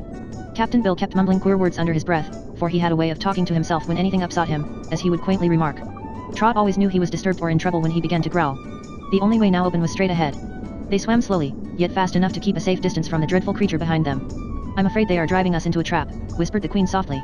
"But whatever happens, do not lose courage, Earth friends. Clia and I are here to protect you, and our fairy powers are sufficient to keep you from all harm." "Oh, I don't mind so very much," declared Trot calmly. "It's like the fairy adventures in storybooks, and I've often thought I'd like that kind of adventures, cause the story always turns out the right way." Captain Bill growled something just then, but the only words Trot could make out were, "Never live to tell the tale." "Oh, pshaw, Captain," she said. "We may be in danger, right enough, and to be honest, I don't like the looks of these sea devils at all. But I'm sure it's no killing matter, for we've got the fairy circles all around us." "Ha," laughed the monster beside her. "We know all about the fairy circles, don't we, Mig?" "Ho," laughed the monster on the other side. "We do, Slib, my boy, and we don't think much of fairy circles, either. They have foiled our enemies many a time," declared the princess with much dignity. "Ha," laughed one. "That's why we're here now." "Ho," laughed the other. "We've learned a trick or two, and we've got you fast this time." Then all the sea devils, those above and the one behind, and the two on the sides laughed all together, and their laughter was so horrible that it made even Trot shudder. But now the queen stopped short, and the others stopped with her. I will go no farther, she said firmly, not caring if the monsters overheard her. It is evident that these monsters are trying to drive us into some secret place, and it is well known that they are in league with Zog the Terrible, whom they serve because they are as wicked as he is. We must be somewhere near the hidden castle of Zog, so I prefer to stay here rather than be driven into some place far more dangerous. As for the sea devils, they are powerless to injure us in any way. Not one of those 1,000 arms about us can possibly touch our bodies. The only reply to this defiant speech was another burst of horrible laughter, and now there suddenly appeared before them still another of the monsters, which thus completely hemmed them in. Then the creatures began interlacing their long arms or feelers until they formed a perfect cage around the prisoners, not an opening being left that was large enough for one of them to escape through. The mermaids and the girl and sailor man kept huddled close together, for although they might be walled in by the sea devils, their captors could not touch them because of the protecting magic circles. All at once Trot exclaimed, "Why, we must be moving." This was startling news, but by watching the flow of water past them they saw that the little girl was right. The sea devils were swimming, all together, and as the cage they were in moved forward, our friends were carried with it. Queen Aquaraine had a stern look upon her beautiful face. Captain Bill guessed from this look that the mermaid was angry, for it seemed much like the look Trot's mother wore when they came home late to dinner. But however angry the queen might be, she was unable to help herself or her guests just now or to escape from the guidance of the dreaded sea devils. The rest of the party had become sober and thoughtful, and in dignified silence they awaited the outcome of this strange adventure. Chapter 12. The Enchanted Island. All at once it grew dark around them. Neither Captain Bill nor Trot liked this gloom, for it made them nervous not to be able to see their enemies. "We must be near a sea cavern, if not within one," whispered Princess Clia, and even as she spoke the network of scarlet arms parted before them, leaving an avenue for them to swim out of the cage. There was brighter water ahead, too, so the queen said without hesitation. "Come along, dear friends, but let us clasp hands and keep close together." They obeyed her commands and swam swiftly out of their prison and into the clear water before them, glad to put a distance between themselves and the loathsome sea devils. The monsters made no attempt to follow them, but they burst into a chorus of harsh laughter which warned our friends that they had not yet accomplished their escape. The four now found themselves in a broad, rocky passage, which was dimly lighted from some unknown source. The walls overhead, below them and at the sides all glistened as if made of silver, and in places were set small statues of birds, beasts, and fishes, occupying niches in the walls and seemingly made from the same glistening material. The queen swam more slowly now that the sea devils had been left behind, and she looked exceedingly grave and thoughtful. "Have you ever been here before?" asked Trot. "No, dear," said the queen with a sigh. "And do you know where we are?" continued the girl. "I can guess," replied Aquaraine. "There is only one place in all the sea where such a passage as that we are in could exist without my knowledge, and that is in the hidden dominions of Zog. If we are indeed in the power of that fearful magician, we must summon all our courage to resist him, or we are lost." "Is Zog more powerful than the mermaids?" asked Trot anxiously. "I do not know, for we have never before met to measure our strength," answered Aquaraine. "But if King Anko could defeat the magician, as he surely did, then I think I shall be able to do so." "I wish I was sure of it," muttered Captain Bill. Absolute silence reigned in the silver passage. No fish were there, not even a sea flower grew to relieve the stern grandeur of this vast corridor. Trot began to be impressed with the fact that she was a good way from her home and mother, and she wondered if she would ever get back again to the white cottage on the cliff. Here she was, at the bottom of the great ocean, swimming through a big tunnel that had an enchanted castle at the end, and a group of horrible sea devils at the other. In spite of this thought, she was not very much afraid. Although two fairy mermaids were her companions, she relied, strange to say, more upon her tried and true friend, Captain Bill, than upon her newer acquaintances to see her safely out of her present trouble. Captain Bill himself did not feel very confident. "I don't care 2 cents what becomes o' me," he told Princess Clia in a low voice, "but I'm dreadful worried over our Trot. She's too sweet and young to be made an end of in this air fashion." Clia smiled at this speech. "I'm sure you will find the little girl's end a good way off," she replied. "Trust to our powerful queen, and be sure she will find some means for us all to escape uninjured." The light grew brighter as they advanced, until finally they perceived a magnificent archway just ahead of them. Aquaraine hesitated a moment whether to go on or turn back, but there was no escaping the sea devils behind them, and she decided the best way out of their difficulties was to bravely face the unknown Zog and rely upon her fairy powers to prevent his doing any mischief to herself or her friends. So she led the way, and together they approached the archway and passed through it. They now found themselves in a vast cavern, so great in extent that the dome overhead looked like the sky when seen from Earth. In the center of this immense sea cavern rose the towers of a splendid castle, all built of coral inlaid with silver and having windows of clear glass. Surrounding the castle were beds of beautiful sea flowers, many being in full bloom, and these were laid out with great care in artistic designs. Goldfish and silverfish darted here and there among the foliage, and the whole scene was so pretty and peaceful that Trot began to doubt there was any danger lurking in such a lovely place. As they approached to look around them, a brilliantly colored Greg fish approached and gazed at them curiously with his big, saucer-like eyes. "So Zog has got you at last," he said in a pitying tone. "How foolish you were to swim into that part of the sea where he is powerful." "The sea devils made us," explained Clia. "Well, I'm sorry for you, I'm sure," remarked the Greg, and with a flash of his tail, he disappeared among the sea foliage. "Let us go to the castle," said the queen in a determined voice. "We may as well boldly defy our fate as to wait until Zog seeks us out." So they swam to the entrance of the castle. The doors stood wide open, and the interior seemed as well lighted as the cavern itself, although none of them could discover from whence the light came. At each side of the entrance lay a fish such as they had never seen before. It was flat as a doormat and seemed to cling fast to the coral floor. Upon its back were quills like those of a porcupine, all pointed and sharp. From the center of the fish arose a head shaped like a round ball, with a circle of piercing, bead-like eyes set in it. These strange guardians of the entrance might be able to tell what their numerous eyes saw, yet they remained silent and watchful. Even Aquaraine gazed upon them curiously, and she gave a little shudder as she did so. Inside the entrance was a domed hall with a flight of stairs leading to an upper balcony. Around the hall were several doorways hung with curtains made of woven seaweeds. Chairs and benches stood against the wall, and these astonished the visitors because neither stairs nor chairs seemed useful in a kingdom where every living thing was supposed to swim and have a fish's tail. In Queen Aquaraine's palaces benches for reclining were used, and stairs were wholly unnecessary, but in the palace of Zog the furniture and fittings were much like those of a house upon earth, and except that every space here was filled with water instead of air, Trot and Captain Bill might have imagined themselves in a handsome earthly castle. The little group paused half fearfully in the hall, yet so far there was surely nothing to be afraid of. They were wondering what to do next when the curtains of an archway were pushed aside and a boy entered. To Trot's astonishment, he had legs and walked upon them naturally and with perfect ease. He was a delicate, frail-looking little fellow, dressed in a black velvet suit with knee breeches. The bows at his throat and knees were of colored seaweeds, woven into broad ribbons. His hair was yellow and banged across his forehead. His eyes were large and dark, with a pleasant, merry sparkle in them. Around his neck he wore a high ruff, but in spite of this Trot could see that below his plump cheeks were several scarlet-edged slits that looked like the gills of fishes, for they gently opened and closed as the boy breathed in the water by which he was surrounded. These gills did not greatly mar the lad's delicate beauty, and he spread out his arms and bowed low and gracefully in greeting. "Hello," said Trot. "Why, I'd like to," replied the boy with a laugh, "but being a mere slave, it isn't proper for me to hello. But it's good to see Earth people again, and I'm glad you're here." "We're not glad," observed the girl. "We're afraid." "You'll get over that," declared the boy smilingly. "People lose a lot of time being afraid. Once I was myself afraid, but I found it was no fun, so I gave it up." "Why were we brought here?" inquired Queen Aquaraine gently. "I can't say, madam, being a mere slave," replied the boy. "But you have reminded me of my errand. I am sent to inform you all that Zog the Forsaken, who hates all the world and is hated by all the world, commands your presence in his den." "Do you hate Zog, too?" asked Trot. "Oh no," answered the boy. "People lose a lot of time in hating others, and there's no fun in it at all. Zog may be hateful, but I'm not going to waste time hating him." "You may do so, if you like." "You are a queer child," remarked the Mermaid Queen, looking at him attentively. "Will you tell us who you are?" "Once I was Prince Satcho of Saturnine Land, which is a sweet country, but hard to pronounce," he answered. "But in this domain I have but one title and one name, and that is slave." "How came you to be Zog's slave?" asked Clea. "The funniest adventure you ever heard of," asserted the boy with eager pride. "I sailed in a ship that went to pieces in a storm. All on board were drowned but me, and I came mighty near it, to tell the truth. I went down deep, deep into the sea, and at the bottom was Zog, watching the people drown. I tumbled on his head, and he grabbed and saved me, saying I would make a useful slave. By his magic power he made me able to live underwater as the fishes live, and he brought me to this castle and taught me to wait upon him as his other slaves do." "Isn't it a dreadful, lonely life?" asked Trot. "No indeed," said Satcho. "We haven't any time to be lonely, and the dreadful things Zog does are very exciting and amusing, I assure you. He keeps us guessing every minute, and that makes the life here interesting. Things were getting a bit slow an hour ago, but now that you are here, I'm in hopes we will all be kept busy and amused for some time." "Are there many others in the castle besides you and Zog?" asked Aquaraine. "Dozens of us. Perhaps hundreds. I've never counted them," said the boy. "But Zog is the only master, all the rest of us are in the same class, so there is no jealousy among the slaves." "What is Zog like?" Captain Bill questioned. At this the boy laughed, and the laugh was full of mischief. "If I could tell you what Zog is like, it would take me a year," was the reply. "But I can't tell you. Everyone has a different idea of what he's like, and soon you will see him yourselves." "Are you fond of him?" asked Trot. "If I said yes, I'd get a good whipping," declared Satcho. "I am commanded to hate Zog, and being a good servant, I try to obey. If anyone dared to like Zog, I am sure he'd be instantly fed to the turtles, so I advise you not to like him." "Oh, we won't," promised Trot. "But we're keeping the master waiting, and that is also a dangerous thing to do," continued the boy. "If we don't hurry up, Zog will begin to smile, and when he smiles there is trouble brewing." The queen sighed. "Lead the way, Satcho," she said. "We will follow."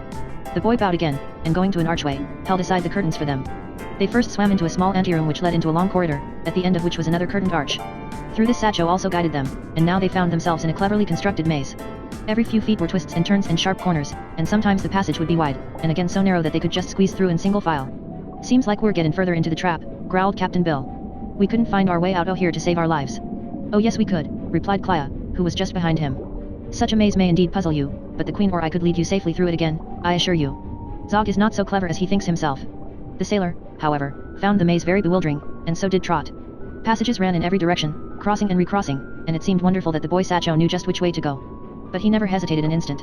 Trot looked carefully to see if there were any marks to guide him, but every wall was of plain, polished marble, and every turning looked just like all the others. Suddenly Satcho stopped short. They were now in a broader passage, but as they gathered around their conductor they found further advance blocked. Solid walls faced them, and here the corridor seemed to end. "Enter," said a clear voice. "But we can't," protested Trot. "Swim straight ahead," whispered the boy in soft tones. "There is no real barrier before you. Your eyes are merely deceived by magic."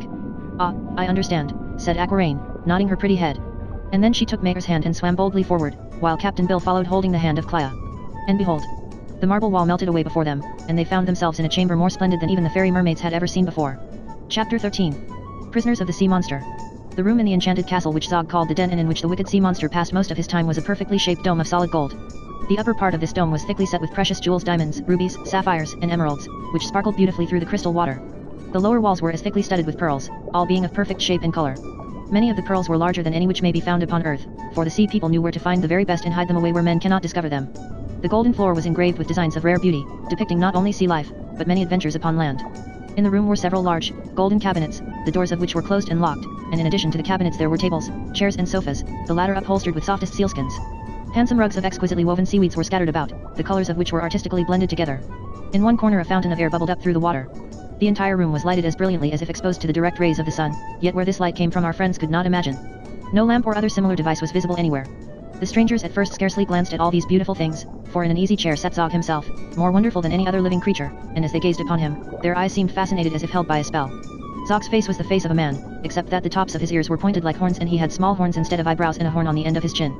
In spite of these deformities, the expression of the face was not unpleasant or repulsive. His hair was carefully parted and brushed, and his mouth and nose were not only perfect in shape but quite handsome. Only the eyes betrayed Zog and made him terrible to all beholders.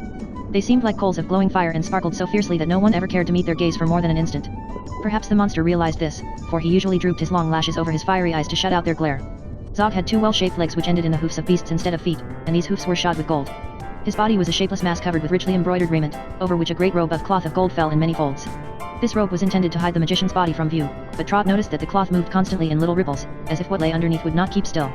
The best features of which Zog could boast were his arms and hands, the latter being as well formed, as delicate and white as those of a well-bred woman. When he spoke, his voice sounded sweet and clear, and its tones were very gentle. He had given them a few moments to stare at him, for he was examining them in turn with considerable curiosity. "Well," said he, "do you not find me the most hateful creature you have ever beheld?" The queen refrained from answering, but Trot said promptly, "We do. Nothing could be more horrid or more disgusting than you are, it seems to me." Very good indeed," declared the monster, lifting his lashes to flash his glowing eyes upon them. Then he turned toward Captain Bill. "Man-fish," he continued, "what do you think of me?" "Mighty little," the sailor replied. "You ought to be ashamed to ask such a question, knowing you look worse than the devil himself." "Very true," answered Zog, frowning. He felt that he had received a high compliment, and the frown showed he was pleased with Captain Bill. But now Queen Aquaraine advanced to a position in front of their captor and said, "Tell me, Zog, why have you trapped us and brought us here?" "To destroy you," was the quick answer, and the magician turned for an instant to flash his eyes upon the beautiful mermaid. "For 200 years I have been awaiting a chance to get within my power some friend of Anko, the sea serpent of Anko, whom I hate," he added, smiling sweetly. "When you left your palace today, my swift spies warned me, and so I sent the sea devils to capture you. Often have they tried to do this before, but always failed. Today, acting by my command, they tricked you, and by surrounding you forced you to the entrance of my enchanted castle. The result is a fine capture of important personages. I have now in my power the queen and princess of the fairy mermaids, as well as 2 wandering earth people, and I assure you I shall take great pleasure in destroying you utterly." "You are a coward," declared the queen proudly. "You dared not meet us in the open sea." "No, I dare not leave this castle," Zog admitted, still smiling. "But here in my own domain my power is supreme. Nothing can interfere with my vengeance." "That remains to be seen," said Aquaraine, firmly meeting the gaze of the terrible eyes. "Of course," he answered, nodding his head with a graceful movement. "You will try to thwart me and escape. You will pit your fairy power against my powers of magic. That will give me great pleasure, for the more you struggle, the greater will be my revenge." "But why should you seek revenge upon us?" asked Clea. "We have never harmed you." "That is true," replied Zog. "I bear you no personal ill will. But you are friends of my great enemy, King Anko, and it will annoy him very much when he finds that you have been destroyed by me. I cannot hurt the rascally old sea serpent himself, but through you I can make him feel my vengeance." "The mermaids have existed thousands of years," said the queen in a tone of pride. "Do you imagine the despised and conquered Zog has power to destroy them?" "I do not know," was the quiet answer. "It will be interesting to discover which is the more powerful." "I challenge you to begin the test at once, vile magician," exclaimed Aquaraine. "There is no hurry, fair queen," answered Zog in his softest tones. "I have been so many years in accomplishing your capture that it is foolish to act hastily now. Besides, I am lonely. Here in my forced retirement I see only those uninteresting earth mortals whom I have made my slaves, for all sea dwellers are forbidden to serve me save the sea devils, and they dare not enter my castle. I have saved many mortals from drowning and brought them here to people my castle, but I do not love mortals. 2 lovely mermaids are much more interesting, and before I allow you to perish, I shall have much amusement in witnessing your despair and your struggles to escape. You are now my prisoners. By slow degrees I shall wear out your fairy powers and break your hearts, as well as the hearts of these earth dwellers who have no magic powers, and I think it will be a long time before I finally permit you to die." "That's all right," said Trot cheerfully. "The longer you take, the better I'll be satisfied." "That's how I feel about it," added Captain Bill. "Don't get in a hurry to kill us, Zog. It'll be such a wear and tear on your nerves. Just take it easy and let us live as long as we can." "Don't you care to die?" asked the magician. "It's a thing I never longed for," the sailor replied. "You see, we had no business to go on a trip with the mermaids to begin with. I've always heard tell that mermaids is dangerous, and no one as mad am ever lived to tell the tale." "Trot," That's what you said, Captain Bill. So I guess we're done for, one way or another, and it don't matter much which. But Trot's a good child, and mighty young and tender. It don't seem like her time has come to die.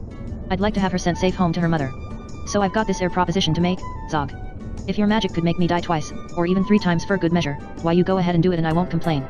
All I ask is for you to send this little girl safe back to dry land again. Don't you do it, Zog. Cried Trot indignantly, and turning to Captain Bill, she added, I'm not going to leave you down here in all this mess, Captain, and don't you think it. If one of us gets out of the muddle we're in, we'll both get out, so don't you make any bargains with Zog to die twice. Zog listened to this conversation very carefully. The dying does not amount to much, he said. It is the thinking about it that hurts you mortals most. I've watched many a shipwreck at sea, and the people would howl and scream for hours before the ship broke up. Their terror was very enjoyable. But when the end came, they all drowned as peacefully as if they were going to sleep, so it didn't amuse me at all. I'm not worrying, said Trot. Me, said Captain Bill. You'll find we can take what comes just as easy as anybody. I do not expect to get much from you poor mortals, said Zog carelessly. You are merely a sideshow to my circus, a sort of dessert to my feast of vengeance. When the time comes, I can find 100 ways to kill you. My most interesting prisoners are these pretty mermaids, who claim that none of their race has ever yet died or been destroyed. The first mermaid ever created is living yet, and I am told she is none other than Queen Aquaraine. So I have a pretty problem before me to invent some way to destroy the mermaids or put them out of existence. And it will require some thought. Also, it will require some power you do not possess, suggested the Queen. That may be, replied Zog softly. But I am going to experiment, and I believe I shall be able to cause you a lot of pain and sorrow before I finally make an end of you. I have not lived 27,000 years, Aquaraine, without getting a certain amount of wisdom, and I am more powerful than you suspect. You are a monster and a wicked magician, said the Mermaid Queen. I am, agreed Zog, but I cannot help it. I was created part man, part bird, part fish, part beast, and part reptile, and such a monstrosity could not be otherwise than wicked. Everybody hates me, and I hate everybody. Why don't you kill yourself? Asked Trot. I've tried that and failed, he answered. Only one being in the world has power to destroy me, and that is King Anko, the sea serpent. Then you'd better let him do it, advised the little girl. No. Much as I long to die, I cannot allow King Anko the pleasure of killing me. He has always been my worst enemy, and it would be such a joy to him to kill me that I really cannot allow him. Indeed, I have always hoped to kill Anko.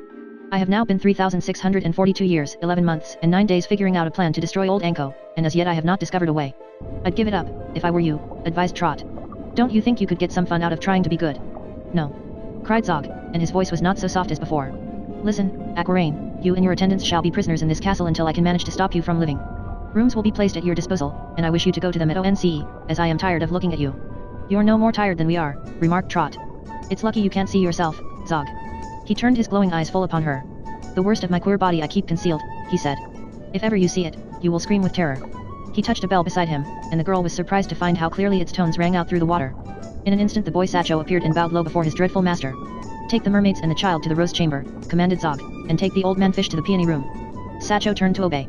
Are the outer passages well guarded? Asked the monster. Yes, as you have commanded, said the boy. Then you may allow the prisoners to roam at will throughout the castle. Now, go. The prisoners followed Satcho from the room, glad to get away. The presence of this evil being had grown oppressive to them, and Zog had himself seemed ill at ease during the last few minutes. The rope so closely wound around his body moved jerkily, as if something beneath disturbed it, and at such times Zog shifted nervously in his seat.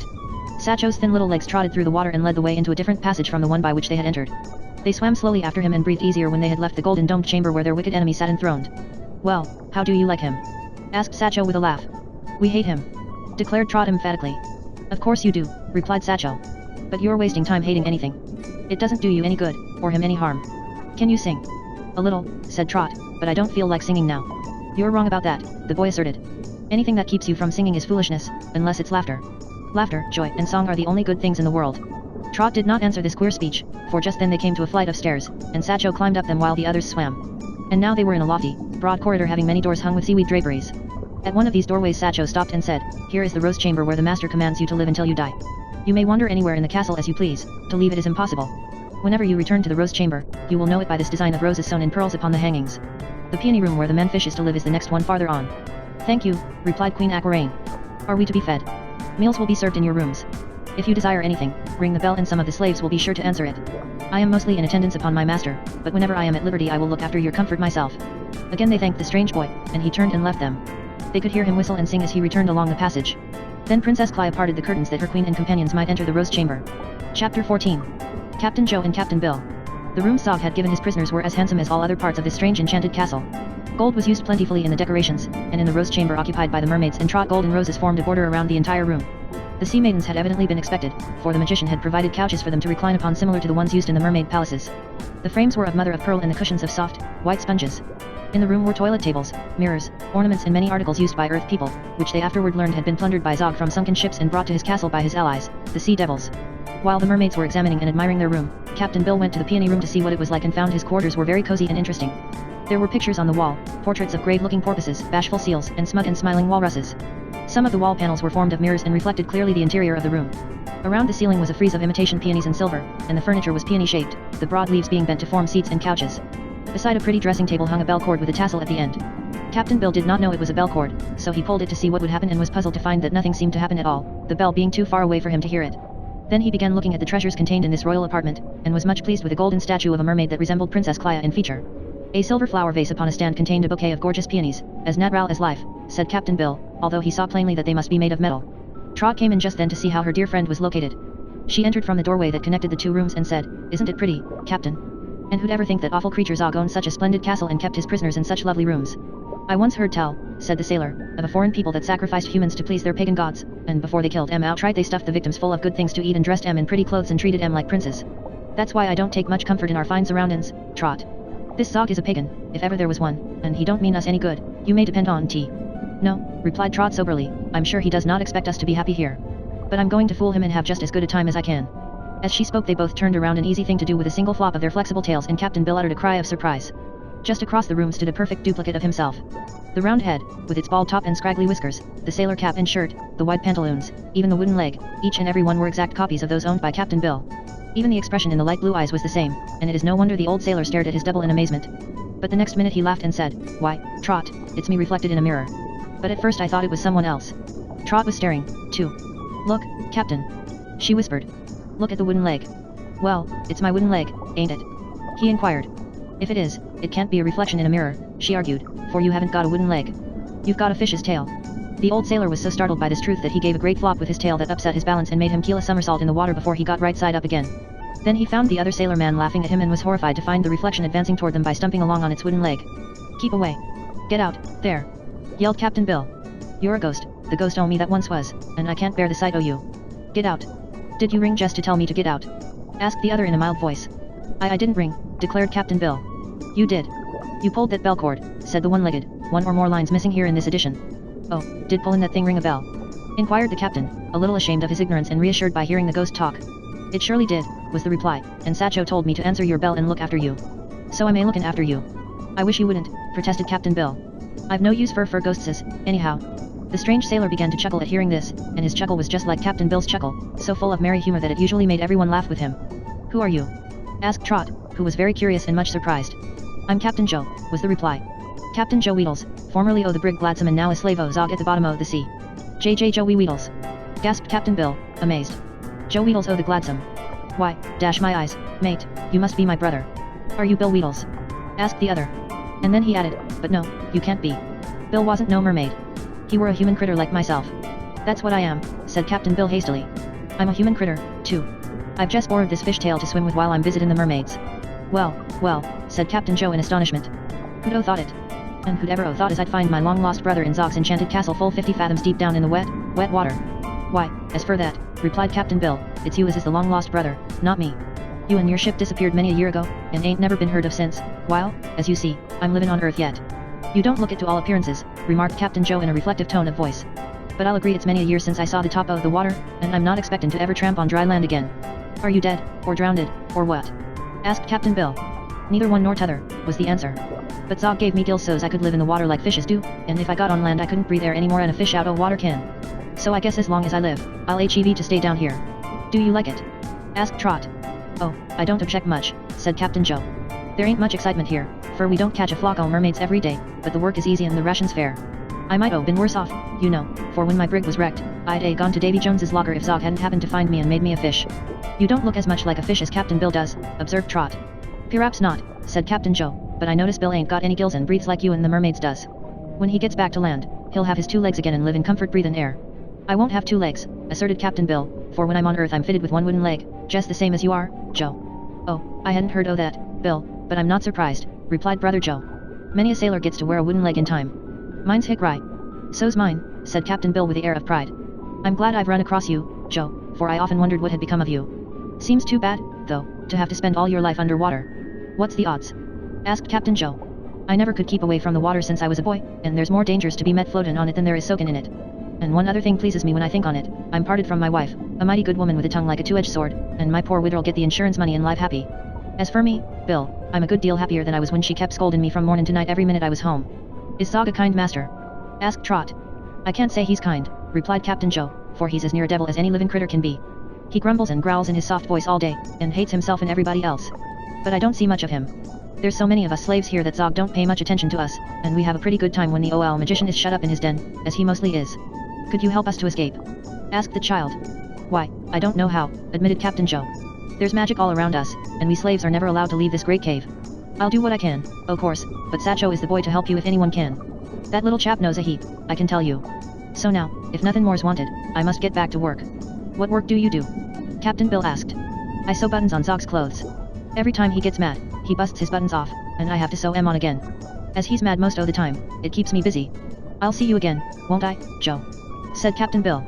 No reason why you shouldn't, if you manage to keep alive, said Captain Joe. But you mustn't forget, Bill, this Zog has his grip on you, and I've never known anything to escape him yet. Saying this, the old sailor began to stump toward the door, but tripped his foot against his wooden leg and gave a swift dive forward. He would have fallen flat had he not grabbed the drapery at the doorway and saved himself by holding fast to it with both hands. Even then he rolled and twisted so awkwardly before he could get upon his legs that Trot had to laugh outright at his antics. This hick rye leg, said Captain Joe, is so blamed light that it always wants to float. Agagru, the gold worker, has promised me a gold leg that will stay down, but he never has time to make it. You're mighty lucky, Bill, to have a merman's tail instead o' legs. I guess I am, Joe, replied Captain Bill, for in such a wet country the fishes have the best of it. But I ain't sure I'd like this sort o' thing always. Think o' the money you'd make in a sideshow, said Captain Joe with his funny chuckling laugh. Then he pounded his wooden leg against the hard floor and managed to hobble from the room without more accidents. When he had gone, Trot said, Aren't you glad to find your brother again, Captain Bill? Why, so, replied the sailor. I don't know much about Joe, seeing as we haven't met before for many a long year, and all I remember about our boyhood days is that we fit and pulled hair most of the time. But what worries me most is Joe's looking so much like me myself, wooden leg and all. Don't you think it's rather cheeky and unbrotherly, Trot? Perhaps he can't help it, suggested the child. And anyhow, he'll never be able to live on land again. No, said Captain Bill with a sigh. Joe's a fish, now, and so he ain't likely to be took for me by one of our friends on the earth. Chapter 15. The Magic of the Mermaids. When Trot and Captain Bill entered the rose chamber they found the two mermaids reclining before an air fountain that was sending thousands of tiny bubbles up through the water. These fountains of air are excellent things, remarked Queen Aquaraine, for they keep the water fresh and sweet, and that is the more necessary when it is confined by walls, as it is in this castle. But now, let us counsel together and decide what to do in the emergency that confronts us. How can we tell what to do without knowing what's going to happen? Asked Trot. Something's sure to happen, said Captain Bill. As if to prove his words, a gong suddenly sounded at their door and in walked a fat little man clothed all in white, including a white apron and white cap. His face was round and jolly, and he had a big mustache that curled up at the ends. Well, said the little man, spreading out his legs and putting his hands on his hips as he stood looking at them. Of all the queer things in the sea, you're the queerest. Mermaids, don't bunch us that way, protested Captain Bill. You are quite wrong, said Trot. I'm a girl. With a fish's tail. He asked, laughing at her. That's only just for a while, she said, while I'm in the water, you know. When I'm at home on the land I walk just as you do, and so does Captain Bill. But we haven't any gills, remarked the captain, looking closely at the little man's throat, so I take it we're not as fishy as some others. If you mean me, I must admit you are right, said the little man, twisting his mustache. I'm as near a fish as a man can be. But you see, Captain, without the gills that make me a fish, I could not live underwater. When it comes to that, you've no business to live underwater, asserted the sailor. But I suppose you're a slave and can't help it. I'm chief cook for that old horror Zog. And that reminds me, good mermaids, or good people, or good girls and sailors, or whatever you are, that I'm sent here to ask what you'd like to eat. Good to see you, sir, said Captain Bill. I'm nearly starved, myself. I had it in mind, said the little man, to prepare a regular mermaid dinner, but since you're not mermaids. Oh, two of us are, said the queen, smiling. I, my good cook, am Aquaraine, the ruler of the mermaids, and this is the Princess Clea. I've often heard of you, your majesty, returned the chief cook, bowing respectfully, and I must say I've heard only good of you. Now that you have unfortunately become my master's prisoners, it will give me pleasure to serve you as well as I am able. We thank you, good sir, said Aquaraine. What have you got to eat? Inquired Trot. Seems to me I'm hollow way down to my toes my tail, and it'll take a lot to fill me up. We haven't eaten a morsel since breakfast, you know.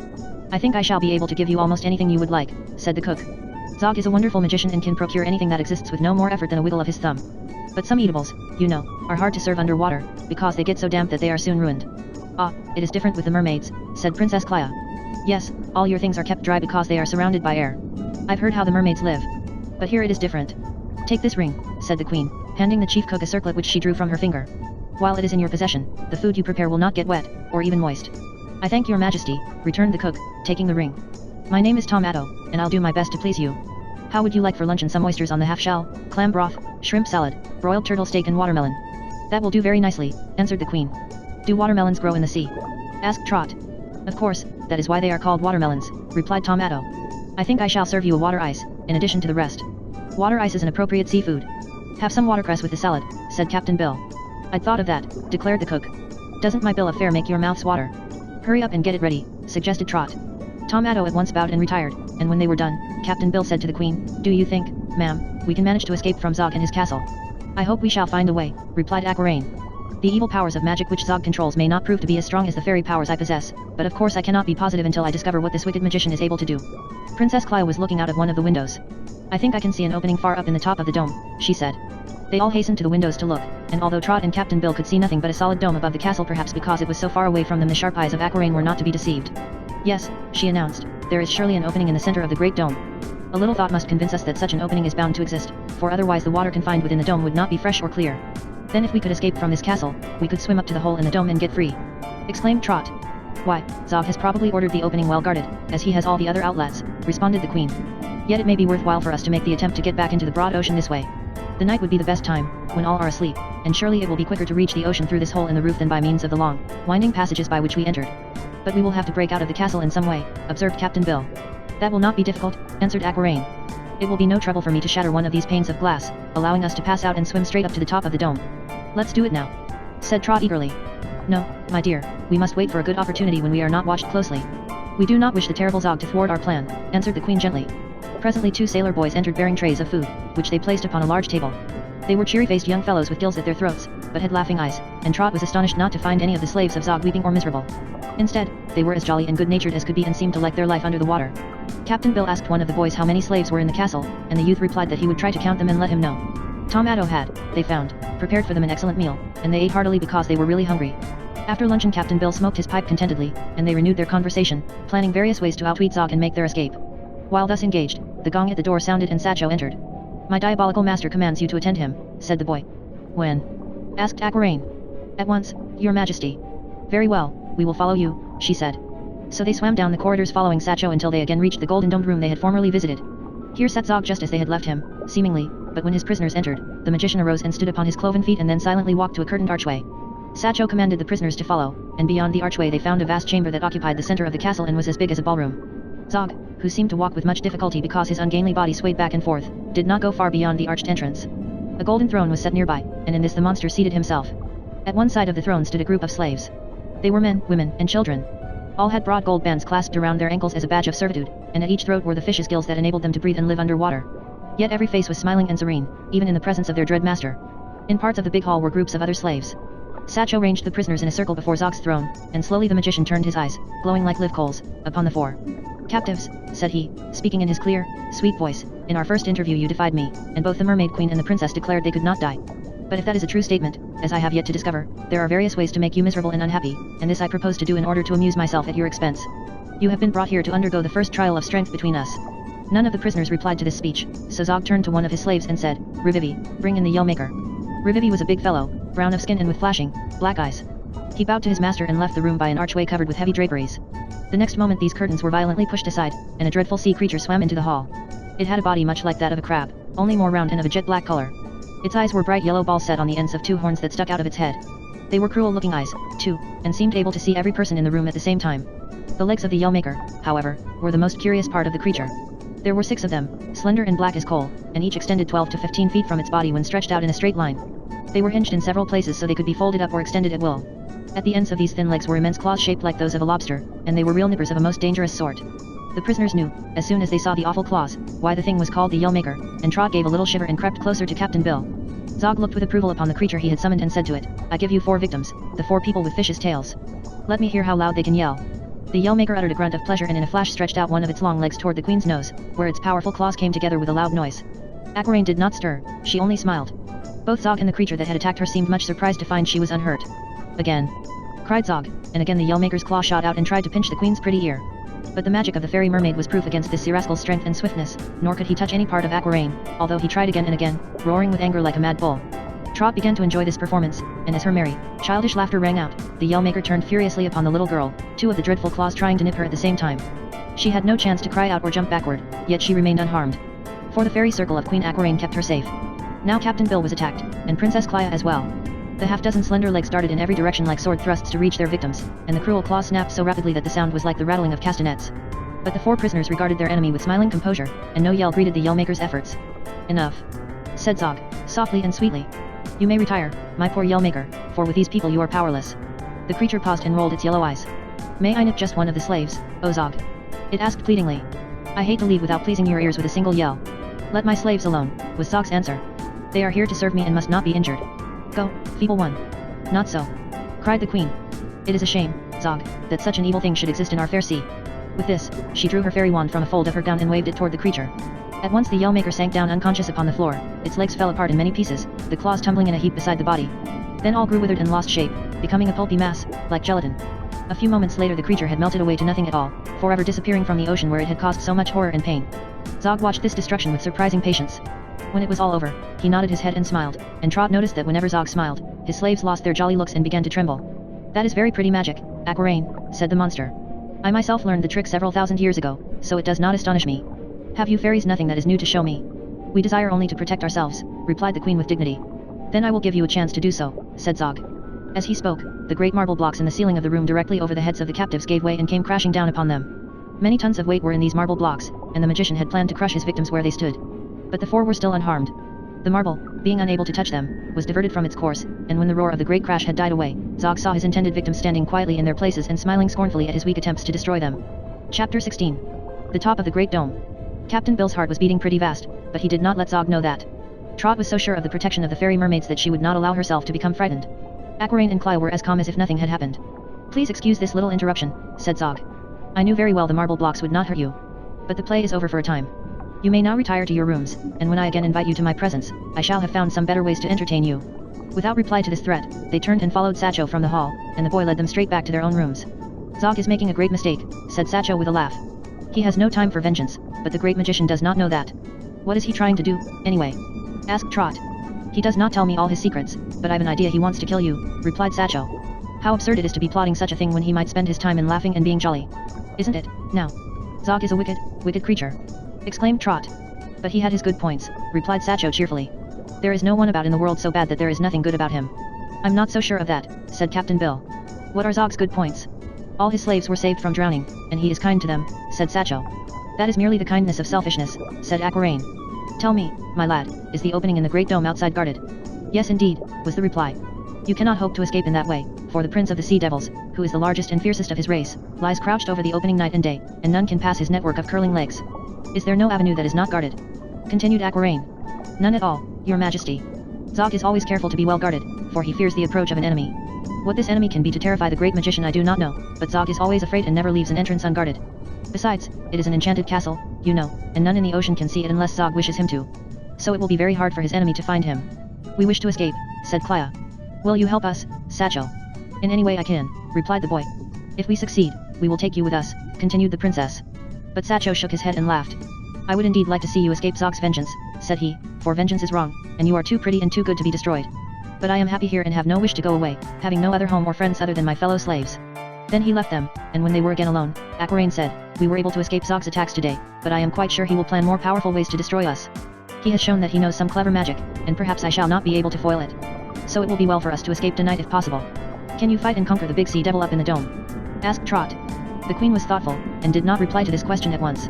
But Captain Bill said uneasily, "I can't abide them devil critters, and I hopes, for my part, we won't be called on to tackle 'em. You see, Trot, we're in considerably of a bad mess, and if we ever live to tell the tale." "Why not, Captain?" asked the child. "We're safe enough so far. Can't you trust our good friend, the queen?" "She don't seem plumb sure o' things herself," remarked the sailor. "The mermaids is all right and friendly, mate, but this air magic maker, O.L. Zog, is a bad one, out and out, and means to kill us if he can." "But he can't," cried Trot bravely. "I hope you're right, dear. I wouldn't want to bet on Zog's chances just yet, and at the same time it would be riskin' money to bet on our chances. Seems to me it's a case of luck which wins." "Don't worry, friend," said the queen. "I have a plan to save us. Let us wait patiently until nightfall." They waited in the rose chamber a long time, talking earnestly together, but the brilliant light that flooded both the room and the great dome outside did not fade in the least. After several hours had passed away, the gong sounded and Tom Atto again appeared, followed by 4 slaves bearing many golden dishes upon silver trays. The friendly cook had prepared a fine dinner, and they were all glad to find that, whatever Zog intended to do to them, he had no intention of starving them. Perhaps the magician realized that Aquaraine's fairy powers, if put to the test, would be able to provide food for her companions, but whatever his object may have been, their enemy had given them splendid rooms and plenty to eat. "Isn't it nearly nighttime?" asked the queen as Tom Atto spread the table with a cloth of woven seaweed and directed his men to place the dishes upon it. "Night?" he exclaimed as if surprised. "There is no night here. Doesn't it ever get dark?" inquired Trot. "Never. We know nothing of the passage of time or of day or night. The light always shines just as you see it now, and we sleep whenever we are tired and rise again as soon as we are rested." "What causes the light?" Princess Clia asked. "It's magic, your highness," said the cook solemnly. "It's one of the curious things Zog is able to do.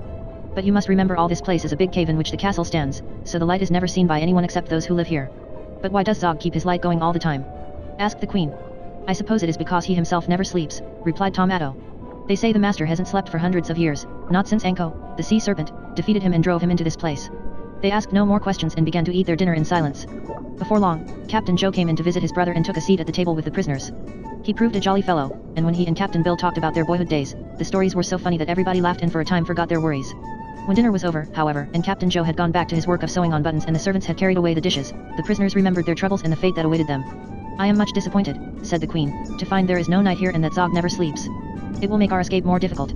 Yet we must make the attempt, and as we are tired and a great struggle is before us, it will be best for us to sleep and refresh ourselves." They agreed to this, for the day had been long and adventurous, so Captain Bill kissed Trot and went into the peony room, where he lay down upon his spongy couch and fell fast asleep. The mermaids and Trot followed this example, and I think none of them was much worried, after all, because they quickly sank into peaceful slumber and forgot all the dangers that threatened them. Chapter 17. The Queen's Golden Sword. "Goodness me!" exclaimed Trot, raising herself by a flirt of her pink scaled tail and a wave of her fins. "Isn't it dreadful hot here?" The mermaids had risen at the same time, and Captain Bill came swimming in from the peony room in time to hear the little girl's speech. "Hot?" echoed the sailor. "Why, I feel like the inside of a steam engine." The perspiration was rolling down his round, red face and he took out his handkerchief and carefully wiped it away, waving his fishtail gently at the same time. "What we need most in this room," said he, "is a fan." "What's the trouble, do you suppose?" inquired Trot.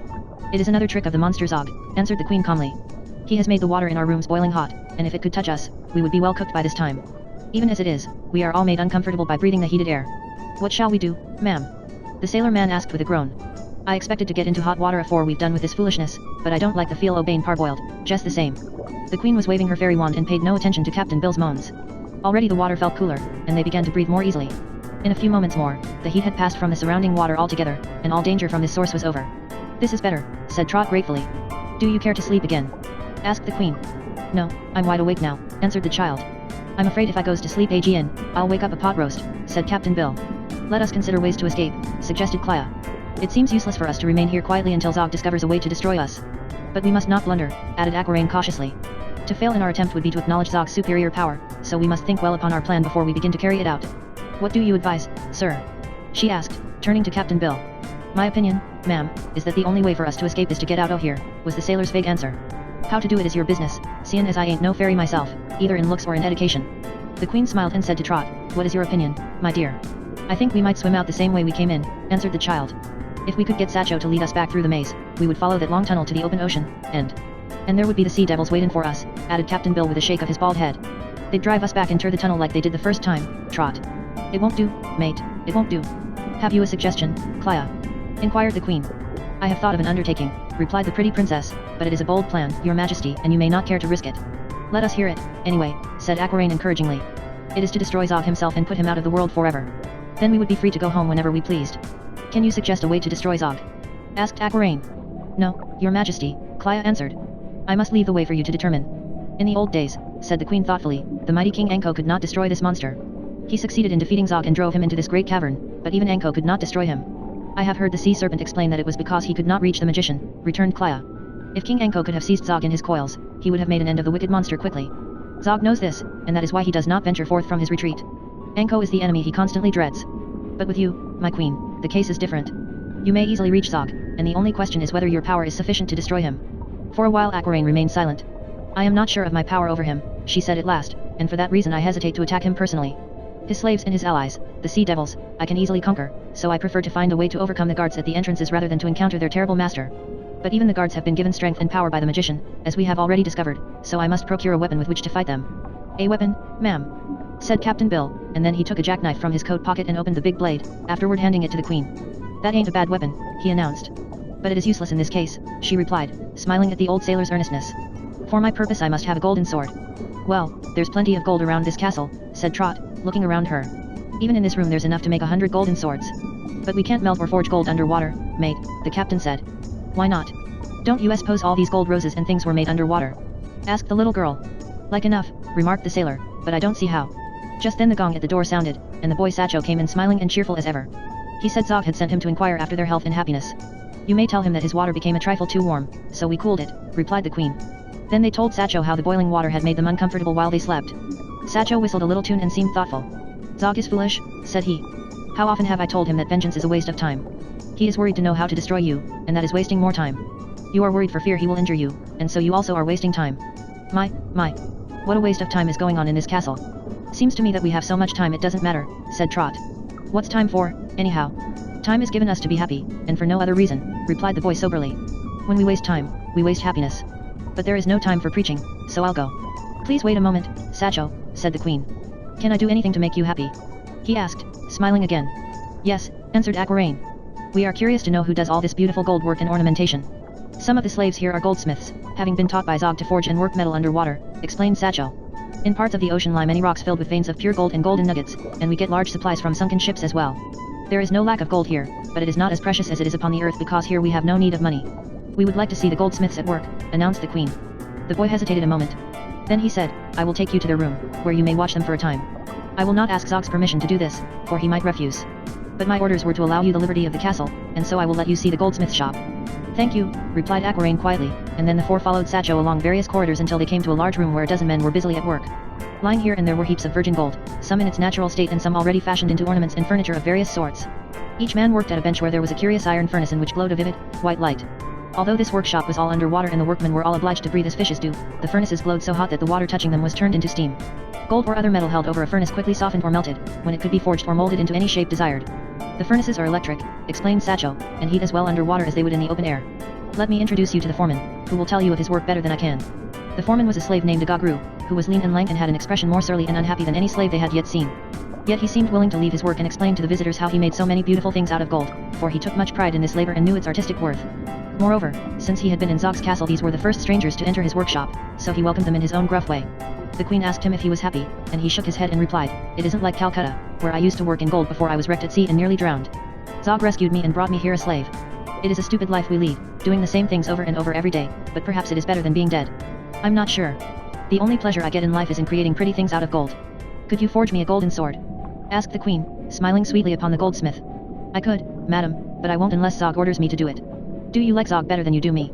inquired Aquaraine. "No," was the answer. "I hate Zog." "Then won't you make the sword to please me and to show your skill?" pleaded the pretty mermaid. "I'm afraid of my master. He might not like it," the man replied. "But he will never know," said Princess Clea. "You cannot say what Zog knows or what he doesn't know," growled the man. "I can't take chances of offending Zog, for I must live with him always as a slave." With this he turned away and resumed his work, hammering the leaf of a golden ship. Captain Bill had listened carefully to this conversation, and being a wise old sailor in his way, he thought he understood the nature of old Agagru better than the mermaids did. So he went close to the goldsmith, and feeling in the pockets of his coat drew out a silver compass shaped like a watch. "I'll give you this if you will make the queen the golden sword," he said. Agagru looked at the compass with interest and tested its power of pointing north. Then he shook his head and handed it back to Captain Bill. The sailor dived into his pocket again and pulled out a pair of scissors, which he placed beside the compass on the palm of his big hand. "You may have them both," he said. Agagru hesitated, for he wanted the scissors badly, but finally he shook his head again. Captain Bill added a piece of cord, an iron thimble, some fish hooks, 4 buttons, and a safety pin, but still the goldsmith would not be tempted. So with a sigh the sailor brought out his fine, big jackknife, and at sight of this Agagru's eyes began to sparkle. Steel was not to be had at the bottom of the sea, although gold was so plentiful. "All right, friend," he said. "Give me that lot of trinkets and I'll make you a pretty gold sword. But it won't be any good except to look at it, for our gold is so pure that it is very soft." "Never mind that," replied Captain Bill. "All we want is the sword." The goldsmith set to work at once, and so skillful was he that in a few minutes he had forged a fine sword of yellow gold with an ornamental handle. The shape was graceful and the blade keen and slender. It was evident to them all that the golden sword would not stand hard use, for the edge of the blade would nick and curl like lead, but the queen was delighted with the prize and took it eagerly in her hand. Just then Satcho returned to say that they must go back to their rooms, and after thanking the goldsmith, who was so busy examining his newly acquired treasure that he made no response, they joyfully followed the boy back to the rose chamber. Satcho told them that he had just come from Zog, who was still wasting time in plotting vengeance. "You must be careful," he advised them, "for my cruel master intends to stop you from living, and he may succeed. Don't be unhappy, but be careful." Zog is angry because you escaped his Yellmaker and the falling stones in the hot water. While he is angry he is wasting time, but that will not help you. Take care not to waste any time yourselves. Do you know what Zog intends to do to us next? Asked Princess Clea. No, said Satchel, but it is reasonable to guess that, being evil, he intends evil. He never intends to do good, I assure you. Then the boy went away. I am no longer afraid, declared the Mermaid Queen when they were alone. When I have bestowed certain fairy powers upon this golden sword, it will fight its way against any who dare oppose us, and even Zog himself will not care to face so powerful a weapon. I am now able to promise you that we shall make our escape. Good. Cried Trot joyfully. Shall we start now? Not yet, my dear. It will take me a little while to charm this golden blade so that it will obey my commands and do my work. There is no need of undue haste, so I propose we all sleep for a time and obtain what rest we can. We must be fresh and ready for our great adventure. As their former nap had been interrupted, they readily agreed to Aquarain's proposal and at once went to their couches and composed themselves to slumber. When they were asleep, the fairy mermaid charmed her golden sword and then she also lay down to rest herself. Chapter 18. A Dash for Liberty. Trot dreamed that she was at home in her own bed, but the night seemed chilly and she wanted to draw the coverlet up to her chin. She was not wide awake, but realized that she was cold and unable to move her arms to cover herself up. She tried, but could not stir. Then she roused herself a little more and tried again. Yes, it was cold, very cold. Really, she must do something to get warm, she thought. She opened her eyes and stared at a great wall of ice in front of her. She was awake now, and frightened, too. But she could not move because the ice was all around her. She was frozen inside of it, and the airspace around her was not big enough to allow her to turn over. At once the little girl realized what had happened. Their wicked enemy Zog had by his magic art frozen all the water in their room while they slept, and now they were all imprisoned and helpless. Trot and Captain Bill were sure to freeze to death in a short time, for only a tiny airspace remained between their bodies and the ice, and this air was like that of a winter day when the thermometer is below zero. Across the room Trot could see the Mermaid Queen lying on her couch, for the solid ice was clear as crystal. Aquarain was imprisoned just as Trot was, and although she held her fairy wand in one hand and the golden sword in the other, she seemed unable to move either of them, and the girl remembered that the queen always waved her magic wand to accomplish anything. Princess Clea's couch was behind that of Trot, so the child could not see her, and Captain Bill was in his own room, probably frozen fast in the ice as the others were. The terrible Zog has surely been very clever in this last attempt to destroy them. Trot thought it all over, and she decided that inasmuch as the queen was unable to wave her fairy wand, she could do nothing to release herself or her friends. But in this the girl was mistaken. The fairy mermaid was even now at work trying to save them, and in a few minutes Trot was astonished and delighted to see the queen rise from her couch. She could not go far from it at first, but the ice was melting rapidly all around her so that gradually Aquarain approached the place where the child lay. Trot could hear the mermaid's voice sounding through the ice as if from afar off, but it grew more distinct until she could make out that the queen was saying, "Courage, friends. Do not despair, for soon you will be free." Before very long the ice between Trot and the queen had melted away entirely, and with a cry of joy the little girl flopped her pink tail and swam to the side of her deliverer. "Are you very cold?" asked Aquarain. "And not very," replied Trot, but her teeth chattered and she was still shivering. "The water will be warm in a few minutes," said the queen. "But now I must melt the rest of the ice and liberate Clea." This she did in an astonishingly brief time, and the pretty princess, being herself a fairy, had not been at all affected by the cold surrounding her. They now swam to the door of Captain Bill's room and found the peony chamber a solid block of ice. The queen worked her magic power as hard as she could, and the ice flowed and melted quickly before her fairy wand. Yet when they reached the old sailor, he was almost frozen stiff, and Trot and Clea had to rub his hands and nose and ears very briskly to warm him up and bring him back to life. Captain Bill was pretty tough, and he came around, in time, and opened his eyes and sneezed and asked if the blizzard was over. So the queen waved her wand over his head a few times to restore him to his natural condition of warmth, and soon the old sailor became quite comfortable and was able to understand all about the strange adventure from which he had so marvelously escaped. "I've made up my mind to one thing, Trot," he said confidentially. "If ever I get out of this mess I'm in, I won't be an Arctic explorer, whatever else happens. Shivers and shakes ain't to my liking, and this ice business ain't what it's sometimes cracked up to be. To be frizz once is enough for anybody, and if I was a gal like you, I wouldn't even wear frizzes on my hair." "You haven't any hair, Captain Bill," answered Trot, "so you needn't worry." The queen and Clea had been talking together very earnestly. They now approached their earth friends, and Aquarain said, "We have decided not to remain in this castle any longer. Zog's cruel designs upon our lives and happiness are becoming too dangerous for us to endure. The golden sword now bears a fairy charm, and by its aid I will cut a way through our enemies. Are you ready and willing to follow me?" "Of course we are," cried Trot. "It don't seem exactly right to ask a lady to do the fightin'," remarked Captain Bill, "but magic ain't my strong point, and it seems to be yours, ma'am. So swim ahead, and we'll wiggle the same way you do, and try to wiggle out of our troubles." "If I chance to fail," said the queen, "try not to blame me. I will do all in my power to provide for our escape, and I am willing to risk everything, because I well know that to remain here will mean to perish in the end." "That's all right," said Trot with fine courage. "Let's have it over with." "Then we will leave here at once," said Aquarain. She approached the window of the room and with one blow of her golden sword shattered the thick pane of glass. The opening thus made was large enough for them to swim through if they were careful not to scrape against the broken points of glass. The queen went first, followed by Trot and Captain Bill, with Clea last of all. And now they were in the vast dome in which the castle and gardens of Zog had been built.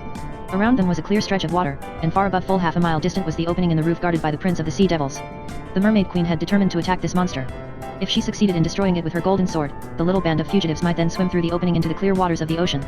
Although this prince of the sea devils was said to be big and wise and mighty, there was but one of him to fight, whereas, if they attempted to escape through any of the passages, they must encounter scores of such enemies. Swim straight for the opening in the dome, cried Aquaraine, and in answer to the command, the four whisked their glittering tails, waved their fins, and shot away through the water at full speed, their course slanting upward toward the top of the dome. Chapter 19. King Anko to the rescue. The great magician Zog never slept. He was always watchful and alert. Some strange power warned him that his prisoners were about to escape. Scarcely had the four left the castle by the broken window when the monster stepped from a doorway below and saw them. Instantly he blew upon a golden whistle, and at the summons a band of wolf fish appeared and dashed after the prisoners. These creatures swam so swiftly that soon they were between the fugitives and the dome, and then they turned and with wicked eyes and sharp fangs began a fierce attack upon the mermaids and the earth dwellers. Trot was a little frightened at the evil looks of the sea wolves, whose heads were enormous, and whose jaws contained rows of curved and pointed teeth. But Aquaraine advanced upon them with her golden sword, and every touch of the charmed weapon instantly killed an enemy, so that one by one the wolf fish rolled over upon their backs and sank helplessly downward through the water, leaving the prisoners free to continue their way toward the opening in the dome. Zog witnessed the destruction of his wolves and uttered a loud laugh that was terrible to hear. Then the dread monster determined to arrest the fugitives himself, and in order to do this he was forced to discover himself in all the horror of his awful form, a form he was so ashamed of and loathed so greatly that he always strove to keep it concealed, even from his own view. But it was important that his prisoners should not escape. Hastily casting off the folds of the robe that enveloped him, Zog allowed his body to uncoil and shoot upward through the water in swift pursuit of his victims. His cloven hoofs, upon which he usually walked, being now useless, were drawn up under him, while coil after coil of his eel-like body wriggled away like a serpent. At his shoulders two broad, feathery wings expanded, and these enabled the monster to cleave his way through the water with terrific force. Zog was part man, part beast, part fish, part fowl, and part reptile. His undulating body was broad and thin and like the body of an eel. It was as repulsive as one could well imagine, and no wonder Zog hated it and kept it covered with his robe. Now, with his horned head and its glowing eyes thrust forward, wings flapping from his shoulders and his eely body ending in a fish's tail wriggling far behind him, this strange and evil creature was a thing of terror even to the sea dwellers, who were accustomed to remarkable sights. The mermaids, the sailor, and the child, one after another looking back as they swam toward liberty and safety, saw the monster coming and shuddered with uncontrollable fear. They were drawing nearer to the dome by this time, yet it was still some distance away. The four redoubled their speed, darting through the water with the swiftness of skyrockets. But fast as they swam, Zog swam faster, and the good queen's heart began to throb as she realized she would be forced to fight her loathsome foe. Presently Zog's long body was circling around them like a whirlwind, lashing the water into foam and gradually drawing nearer and nearer to his victims. His eyes were no longer glowing coals, they were balls of flame, and as he circled around them, he laughed aloud that horrible laugh which was far more terrifying than any cry of rage could be. The queen struck out with her golden sword, but Zog wrapped a coil of his thin body around it and, wresting it from her hand, crushed the weapon into a shapeless mass. Then Aquaraine waved her fairy wand, but in a flash the monster sent it flying away through the water. Captain Bill now decided that they were lost. He drew Trot closer to his side and placed one arm around her. "I can't save you, dear little mate," he said sadly, "but we've lived a long time together, and now we'll die together.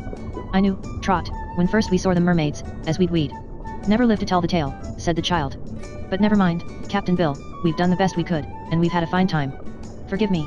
Oh, forgive me," cried Aquaraine despairingly. "I tried to save you, my poor friends, but..." "What's that?" exclaimed the princess, pointing upward. They all looked past Zog's whirling body, which was slowly enveloping them in its folds, toward the round opening in the dome. A dark object had appeared there, sliding downward like a huge rope and descending toward them with lightning rapidly. They gave a great gasp as they recognized the countenance of King Anko, the sea serpent, its grey hair and whiskers bristling like those of an angry cat, and the usually mild blue eyes glowing with a ferocity even more terrifying than the orbs of Zog. The magician gave a shrill scream at sight of his dreaded enemy, and abandoning his intended victims, Zog made a quick dash to escape. But nothing in the sea could equal the strength and quickness of King Anko when he was roused. In a flash the sea serpent had caught Zog fast in his coils, and his mighty body swept round the monster and imprisoned him tightly. The four, so suddenly rescued, swam away to a safer distance from the struggle, and then they turned to watch the encounter between the two great opposing powers of the ocean's depths. Yet there was no desperate fight to observe, for the combatants were unequal. The end came before they were aware of it. Zog had been taken by surprise, and his great fear of Anko destroyed all of his magic power. When the sea serpent slowly released those awful coils, a mass of jelly-like pulp floated downward through the water with no remnant of life remaining in it, no form to show it had once been Zog, the magician. Then Anko shook his body that the water might cleanse it, and advanced his head toward the group of four whom he had so opportunely rescued. "It is all over, friends," said he in his gentle tones, while a mild expression once more reigned on his comical features. "You may go home at any time you please, for the way through the dome will be open as soon as I get my own body through it." Indeed, so amazing was the length of the great sea serpent that only a part of him had descended through the hole into the dome. Without waiting for the thanks of those he had rescued, he swiftly retreated to the ocean above, and with grateful hearts they followed him, glad to leave the cavern where they had endured so much anxiety and danger. Chapter 20. The home of the ocean monarch. Trot sobbed quietly with her head on Captain Bill's shoulder. She had been a brave little girl during the trying times they had experienced, and never once had she given way to terrors, however desperate their fate had seemed to be. But now that the one enemy in all the sea to be dreaded was utterly destroyed and all dangers were past, the reaction was so great that she could not help having just one good cry, as she naively expressed it. Captain Bill was a big sailor man hardened by age and many adventures, but even he felt a lump in his throat that he could not swallow, try as hard as he might. Captain Bill was glad. He was mostly glad on Trot's account, for he loved his sweet, childish companion very dearly, and did not want any harm to befall her. They were now in the wide, open sea, with liberty to go wherever they wished, and if Captain Bill could have had his way, he would have gone straight home and carried Trot to her mother. But the mermaids must be considered. Aquaraine and Clea had been true and faithful friends to their Earth guests while dangers were threatening, and it would not be very gracious to leave them at once. Moreover, King Anko was now with them, his big head keeping pace with the mermaids as they swam, and this mighty preserver had a distinct claim upon Trot and Captain Bill. The sailor felt that it would not be polite to ask to go home so soon. "If you people had come to visit me as I invited you to do," said the sea serpent, "all this bother and trouble would have been saved. I had my palace put in order to receive the Earth dwellers and sat in my den waiting patiently to receive you. Yet you never came at all. That reminds me," said Trot, drying her eyes, "you never told us about that third pain you once had." "Finally," continued Anko, "I sent to inquire as to what had become of you, and Merla said you had been gone from the palace a long time and she was getting anxious about you. Then I made inquiries. Everyone in the sea loves to serve me except those sea devils and their cousins, the octopi, and it wasn't long before I heard you had been captured by Zog. Was the third pain as bad as the other two?" asked Trot. "Naturally this news disturbed me and made me unhappy," said Anko, "for I well knew, my Aquaraine, that the magician's evil powers were greater than your own fairy accomplishments. But I had never been able to find Zog's enchanted castle, and so I was at a loss to know how to save you from your dreadful fate.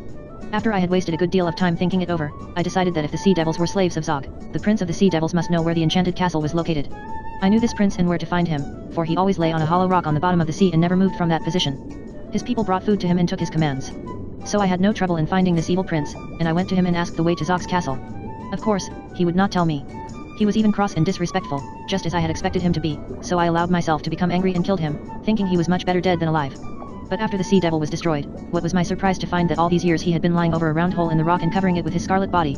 A light shone through this hole, so I thrust my head in and found a great domed cave underneath with a splendid silver castle built at the bottom. You, my friends, were at that moment swimming toward me as fast as you could come, and the monster Zog, my enemy for centuries past, was close behind you. Well, the rest of the story you know.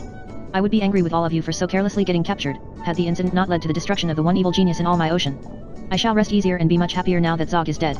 He has defied me for hundreds of years. But about that third pain," said Trot. "If you don't tell us now, I'm afraid that I'll forget to ask you. If you should happen to forget, just remind me of it," said Anko, "and I'll be sure to tell you." While Trot was thinking this over, the swimmers drew near to a great, circular palace made all of solid alabaster polished as smooth as ivory. Its roof was a vast dome, for domes seemed to be fashionable in the ocean houses. There were no doors or windows, but instead of these, several round holes appeared in different parts of the dome, some being high up and some low down and some in between. Out of one of these holes, which it just fitted, stretched the long, brown body of the sea serpent. Trot, being astonished at this sight, asked, "Didn't you take all of you when you went to the cavern, Anko?" "Nearly all, my dear," was the reply, accompanied by a cheerful smile, for Anko was proud of his great length. "But not quite all. Some of me remained, as usual, to keep house while my head was away. But I've been coiling up ever since we started back, and you will soon be able to see every inch of me altogether." Even as he spoke, his head slid into the round hole, and at a signal from Aquaraine they all paused outside and waited. Presently there came to them 4 beautiful winged fishes with faces like doll babies. Their long hair and eyelashes were of a purple color, and their cheeks had rosy spots that looked as if they had been painted upon them. "His Majesty bids you welcome," said one of the doll fishes in a sweet voice. "Be kind enough to enter the royal palace, and our ocean monarch will graciously receive you." "Seems to me," said Trot to the queen, "these things are putting on airs. Perhaps they don't know we're friends of Anko." "The king insists on certain formalities when anyone visits him," was Aquaraine's reply. "It is right that his dignity should be maintained." They followed their winged conductors to one of the upper openings, and as they entered it Aquaraine said in a clear voice, "May the glory and power of the Ocean King continue forever." Then she touched the palm of her hand to her forehead in token of allegiance, and Clyde did the same, so Captain Bill and Trot followed suit. The brief ceremony being ended, the child looked curiously around to see what the palace of the mighty Anko was like. An extensive hall lined with alabaster was before them. In the floor were 5 of the round holes. Upon the walls were engraved many interesting scenes of ocean life, all chiseled very artistically by the tusks of walruses who, Trot was afterward informed, are greatly skilled in such work. A few handsome rugs of woven sea grasses were spread upon the floor, but otherwise the vast hall was bare of furniture. The doll-faced fishes escorted them to an upper room where a table was set, and here the revelers were invited to refresh themselves. As all 4 were exceedingly hungry, they welcomed the repast, which was served by an army of lobsters in royal purple aprons and caps. The meal being finished, they again descended to the hall, which seemed to occupy all the middle of the building. And now their conductors said, "His Majesty is ready to receive you in his den." They swam downward through one of the round holes in the floor and found themselves in a brilliantly lighted chamber which appeared bigger than all the rest of the palace put together. In the center was the quaint head of King Anko, and around it was spread a great coverlet of purple and gold woven together. This concealed all of his body and stretched from wall to wall of the circular room. "Welcome, friends," said Anko pleasantly. "How do you like my home?" "It's very grand," replied Trot. "Just the place for a sea serpent, seems to me," said Captain Bill. "I'm glad you admire it," said the king. "Perhaps I ought to tell you that from this day you 4 belong to me." "How's that?" asked the girl, surprised. "It is a law of the ocean," declared Anko, "that whoever saves any living creature from violent death owns that creature forever afterward, while life lasts. You will realize how just this law is when you remember that had I not saved you from Zog, you would now be dead. The law was suggested by Captain Kid Glove, when he once visited me." "Do you mean Captain Kid?" asked Trot. "Because if you do, give him his full name," said Anko. "Captain Kid Glove was." "There's no glove to it," protested Trot. I ought to know, cause I've read about him. Didn't it say anything about a glove? Asked Anko. Nothing at all. It use called him Captain Kid, replied Trot. She's right, oh well man, added Captain Bill. Books, said the sea serpent, are good enough as far as they go, but it seems to me your earth books don't go far enough. Captain Kid Glove was a gentleman pirate, a kid glove pirate. To leave off the glove and call him just kid is very disrespectful. Oh. You told me to remind you of that third pain, said the little girl. Which proves my friendship for you, returned the sea serpent, blinking his blue eyes thoughtfully. No one likes to be reminded of a pain, and that third pain was. What was it? Asked Trot. It was a stomach ache, replied the king with a sigh. What made it? She inquired. Just my carelessness, said Anko. I'd been away to foreign parts, seeing how the earth people were getting along. I found the Germans dancing the German and the Dutch making Dutch cheese and the Belgians combing their Belgian hairs and the Turks eating turkey and the Sardinians sardonically pickling sardines. Then I called on the Prince of Wales, and... You mean the Prince of Wales, corrected Trot. I mean what I say, my dear. I saw the battlefield where the bull run but the Americans didn't, and when I got to France I paid a Napoleon to see Napoleon with his Bonaparte. He was. Of course you mean Trot was beginning, but the king would not give her a chance to correct him this time. He was very hungry for Hungary, he continued, and was rushing so fast toward the Poles that I thought he'd discover them. So as I was not accorded a royal welcome, I took French leave and came home again. But the pain. On the way home, continued Anko calmly, I was a little absent-minded and ate an anchor. There was a long chain attached to it, and as I continued to swallow the anchor I continued to eat the chain. I never realized what I had done until I found a ship on the other end of the chain. Then I bit it off. The ship? Asked Trot. No, the chain. I didn't care for the ship, as I saw it contained some skippers. On the way home the chain and anchor began to lie heavily on my stomach.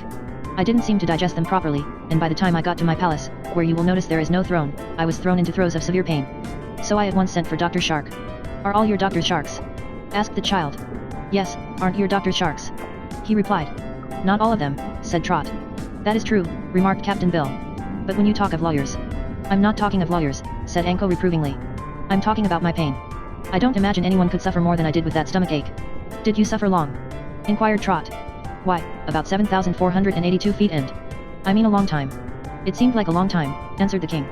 Dr. Shark said I ought to put a mustard poultice on my stomach, so I uncoiled myself and summoned my servants, and they began putting on the mustard plaster. It had to be bound all around me so it wouldn't slip off, and I began to look like an express package. In about 4 weeks fully one half of the pain had been covered by the mustard poultice, which got so hot that it hurt me worse than the stomach ache did. I know, said Trot. I had one, once. One what? Asked Anko. A mustard plaster. They smart pretty bad, but I guess they're a good thing.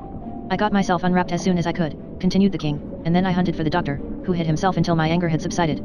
He has never sent in a bill, so I think he must be terribly ashamed of himself. You're lucky, sir, to have escaped so easy, said Captain Bill. But you seem pretty well now. Yes, I'm more careful of what I eat, replied the sea serpent. But I was saying when Trot interrupted me, that you all belong to me, because I have saved your lives. By the law of the ocean, you must obey me in everything. The sailor scowled a little at hearing this, but Trot laughed and said, the law of the ocean isn't our law, cause we live on land. Just now you are living in the ocean, declared Anko, and as long as you live here, you must obey my commands. What are your commands? Inquired the child. Ah, that's the point I was coming to, returned the king with his comical smile. The ocean is a beautiful place, and we who belong here love it dearly. In many ways it's a nicer place for a home than the earth, for we have no sunstroke, mosquitoes, earthquakes, or candy ships to bother us.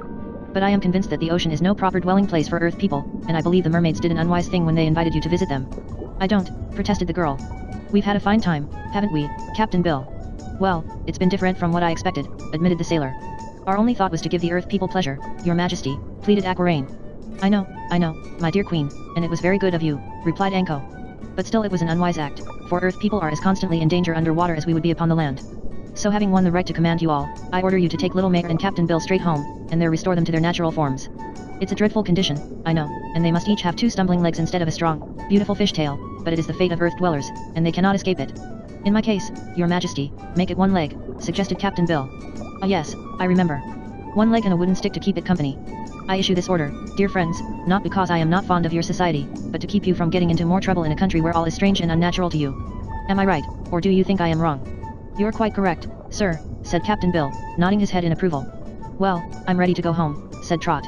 But in spite of Zog, I've enjoyed my visit, and I shall always love the mermaids for being so good to me. That speech pleased Aquaraine and Clea, who smiled upon the child and kissed her affectionately.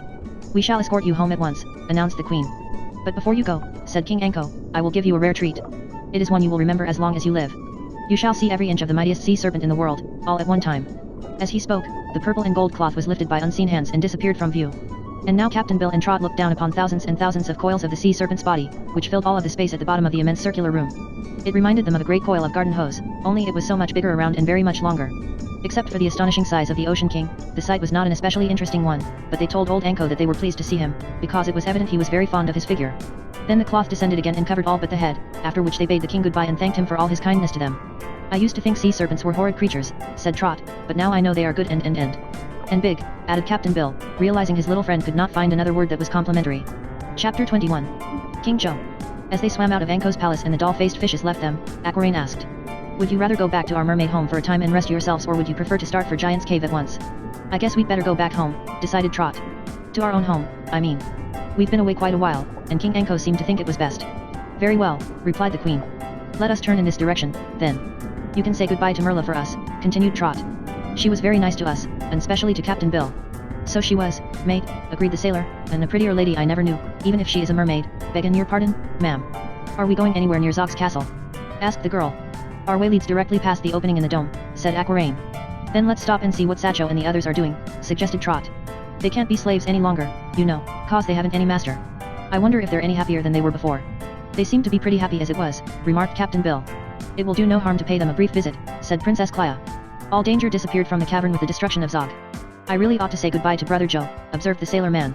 "I won't see him again, you know, and I don't want to seem unbrotherly." "Very well," said the queen, "we will re-enter the cavern, for I, too, am anxious to know what will be the fate of the poor slaves of the magician." When they came to the hole in the top of the dome, they dropped through it and swam leisurely down toward the castle. The water was clear and undisturbed, and the silver castle looked very quiet and peaceful under the radiant light that still filled the cavern. They met no one at all, and passing around to the front of the building, they reached the broad entrance and passed into the golden hall. Here a strange scene met their eyes. All the slaves of Zog, hundreds in number, were assembled in the room, while standing before the throne formerly occupied by the wicked magician was the boy Satcho, who was just beginning to make a speech to his fellow slaves. "At one time or another," he said, "all of us were born upon the earth and lived in the thin air, but now we are all living as the fishes live, and our home is in the water of the ocean. One by one we have come to this place, having been saved from drowning by Zog, the magician, and by him given power to exist in comfort underwater. The powerful master who made us his slaves has now passed away forever, but we continue to live, and are unable to return to our native land, where we would quickly perish. There is no one but us to inherit Zog's possessions, and so it will be best for us to remain in this fine castle and occupy ourselves as we have done before, in providing for the comforts of the community. Only in labor is happiness to be found, and we may as well labor for ourselves as for others. But we must have a king. Not an evil, cruel master like Zog, but one who will maintain order and issue laws for the benefit of all. We will govern ourselves most happily by having a ruler, or head, selected from among ourselves by popular vote. Therefore I ask you to decide who shall be our king, for only one who is accepted by all can sit in Zog's throne." The slaves applauded this speech, but they seemed puzzled to make the choice of a ruler. Finally the chief cook came forward and said, "We all have our duties to perform and so cannot spend the time to be king. But you, Satcho, who were Zog's own attendant, have now no duties at all. So it will be best for you to rule us. What say you, comrades? Shall we make Satcho king?" "Yes, yes," they all cried. "But I do not wish to be king," replied Satcho. "A king is a useless sort of person who merely issues orders for others to carry out. I want to be busy and useful. Whoever is king will need a good attendant as well as an officer who will see that his commands are obeyed. I am used to such duties, having served Zog in this same way." "Who, then, has the time to rule over us?" asked Dagagru, the goldsmith. "It seems to me that Captain Joe is the proper person for king," replied Satcho. "His former duty was to sew buttons on Zog's garments, so now he is out of a job and has plenty of time to be king, for he can sew on his own buttons. What do you say, Captain Joe?" "Oh, I don't mind," agreed Captain Joe. "That is, if you all want me to rule you." "We do," shouted the slaves, glad to find someone willing to take the job. "But I'll want a few pointers," continued Captain Bill's brother. "I ain't used to this sort o' work, you know, and if I ain't properly posted I'm liable to make mistakes." "Satcho will tell you," said Tomato encouragingly. "And now I must go back to the kitchen and look after my dumplings, or you people won't have any dinner today." "Very well," announced Satcho. "I hereby proclaim Captain Joe elected king of the castle, which is the enchanted castle no longer. You may all return to your work." The slaves went away well contented, and the boy and Captain Joe now came forward to greet their visitors. "We're on our way home," explained Captain Bill, "and we don't expect to travel this way again. But it pleases me to know, Joe, that you're the king of such a fine castle, and I'll rest easier now that you are well provided for." "Oh, I'm all right, Bill," returned Captain Joe. "It's an easy life here, and a peaceful one. I wish you were as well fixed. If ever you need friends, Satcho, or any assistance or counsel, come to me," said the mermaid queen to the boy. "Thank you, madam," he replied. "Now that Zog has gone, I am sure we shall be very safe and contented. But I shall not forget to come to you if we need you. We are not going to waste any time in anger or revenge or evil deeds, so I believe we shall prosper from now on." "I'm sure you will," declared Trot. They now decided that they must continue their journey, and as neither Satcho nor King Joe could ascend to the top of the dome without swimming in the human way, which was slow and tedious work for them, the goodbyes were said at the castle entrance, and the four visitors started on their return. Trot took one last view of the beautiful silver castle from the hole high up in the dome, which was now open and unguarded, and the next moment she was in the broad ocean again, swimming toward home beside her mermaid friends. Chapter 22. Trot lives to tell the tale. Aquaraine was thoughtful for a time. Then she drew from her finger a ring, a plain gold band set with a pearl of great value, and gave it to the little girl. If at any period of your life the mermaids can be of service to you, my dear, she said, you have but to come to the edge of the ocean and call Aquaraine. If you are wearing the ring at the time, I shall instantly hear you and come to your assistance. Thank you, cried the child, slipping the ring over her own chubby finger, which it fitted perfectly. I shall never forget that I have good and loyal friends in the ocean, you may be sure. Away and away they swam, swiftly and in a straight line, keeping in the middle water where they were not liable to meet many sea people. They passed a few schools of fishes, where the teachers were explaining to the young ones how to swim properly, and to conduct themselves in a dignified manner, but Trot did not care to stop and watch the exercises. Although the queen had lost her fairy wand in Zog's domed chamber, she had still enough magic power to carry them all across the ocean in wonderfully quick time, and before Trot and Captain Bill were aware of the distance they had come, the mermaids paused while Princess Clia said, now we must go a little deeper, for here is the giant's cave and the entrance to it is near the bottom of the sea. What, already? Cried the girl joyfully, and then through the dark water they swam, passing through the rocky entrance, and began to ascend slowly into the azure blue water of the cave. You've been awfully good to us, and I don't know how to thank you, said Trot earnestly. We have enjoyed your visit to us, said beautiful Queen Aquaraine, smiling upon her little friend, and you may easily repay any pleasure we have given you by speaking well of the mermaids when you hear ignorant earth people condemning us. I'll do that, of course, exclaimed the child. How about changing us back to our Riglar shapes? Inquired Captain Bill anxiously. That will be very easy, replied Princess Clia with her merry laugh. See. Here we are at the surface of the water. They pushed their heads above the blue water and looked around the cave. It was silent and deserted. Floating gently near the spot where they had left it was their own little boat. Captain Bill swam to it, took hold of the side, and then turned an inquiring face toward the mermaids. Climb in, said the queen. So he pulled himself up and awkwardly tumbled forward into the boat. As he did so, he heard his wooden leg clatter against the seat, and turned around to look at it wonderingly. It's me, all right, he muttered. One meat one, and one hick rye one. That's the same as belongs to me. Will you lift me aboard? Asked Princess Clia. The old sailor aroused himself, and as Trot lifted up her arms, he seized them and drew her safely into the boat. She was dressed just as usual, and her chubby legs wore shoes and stockings. Strangely enough, neither of them were at all wet or even damp in any part of their clothing. I wonder where our legs have been while we've been gone, mused Captain Bill, gazing at his little friend in great delight. And I wonder what's become of our pretty pink and green scaled tails, returned the girl, laughing with glee, for it seemed good to be herself again. Queen Aquaraine and Princess Clia were a little way off, lying with their pretty faces just out of the water while their hair floated in soft clouds around them.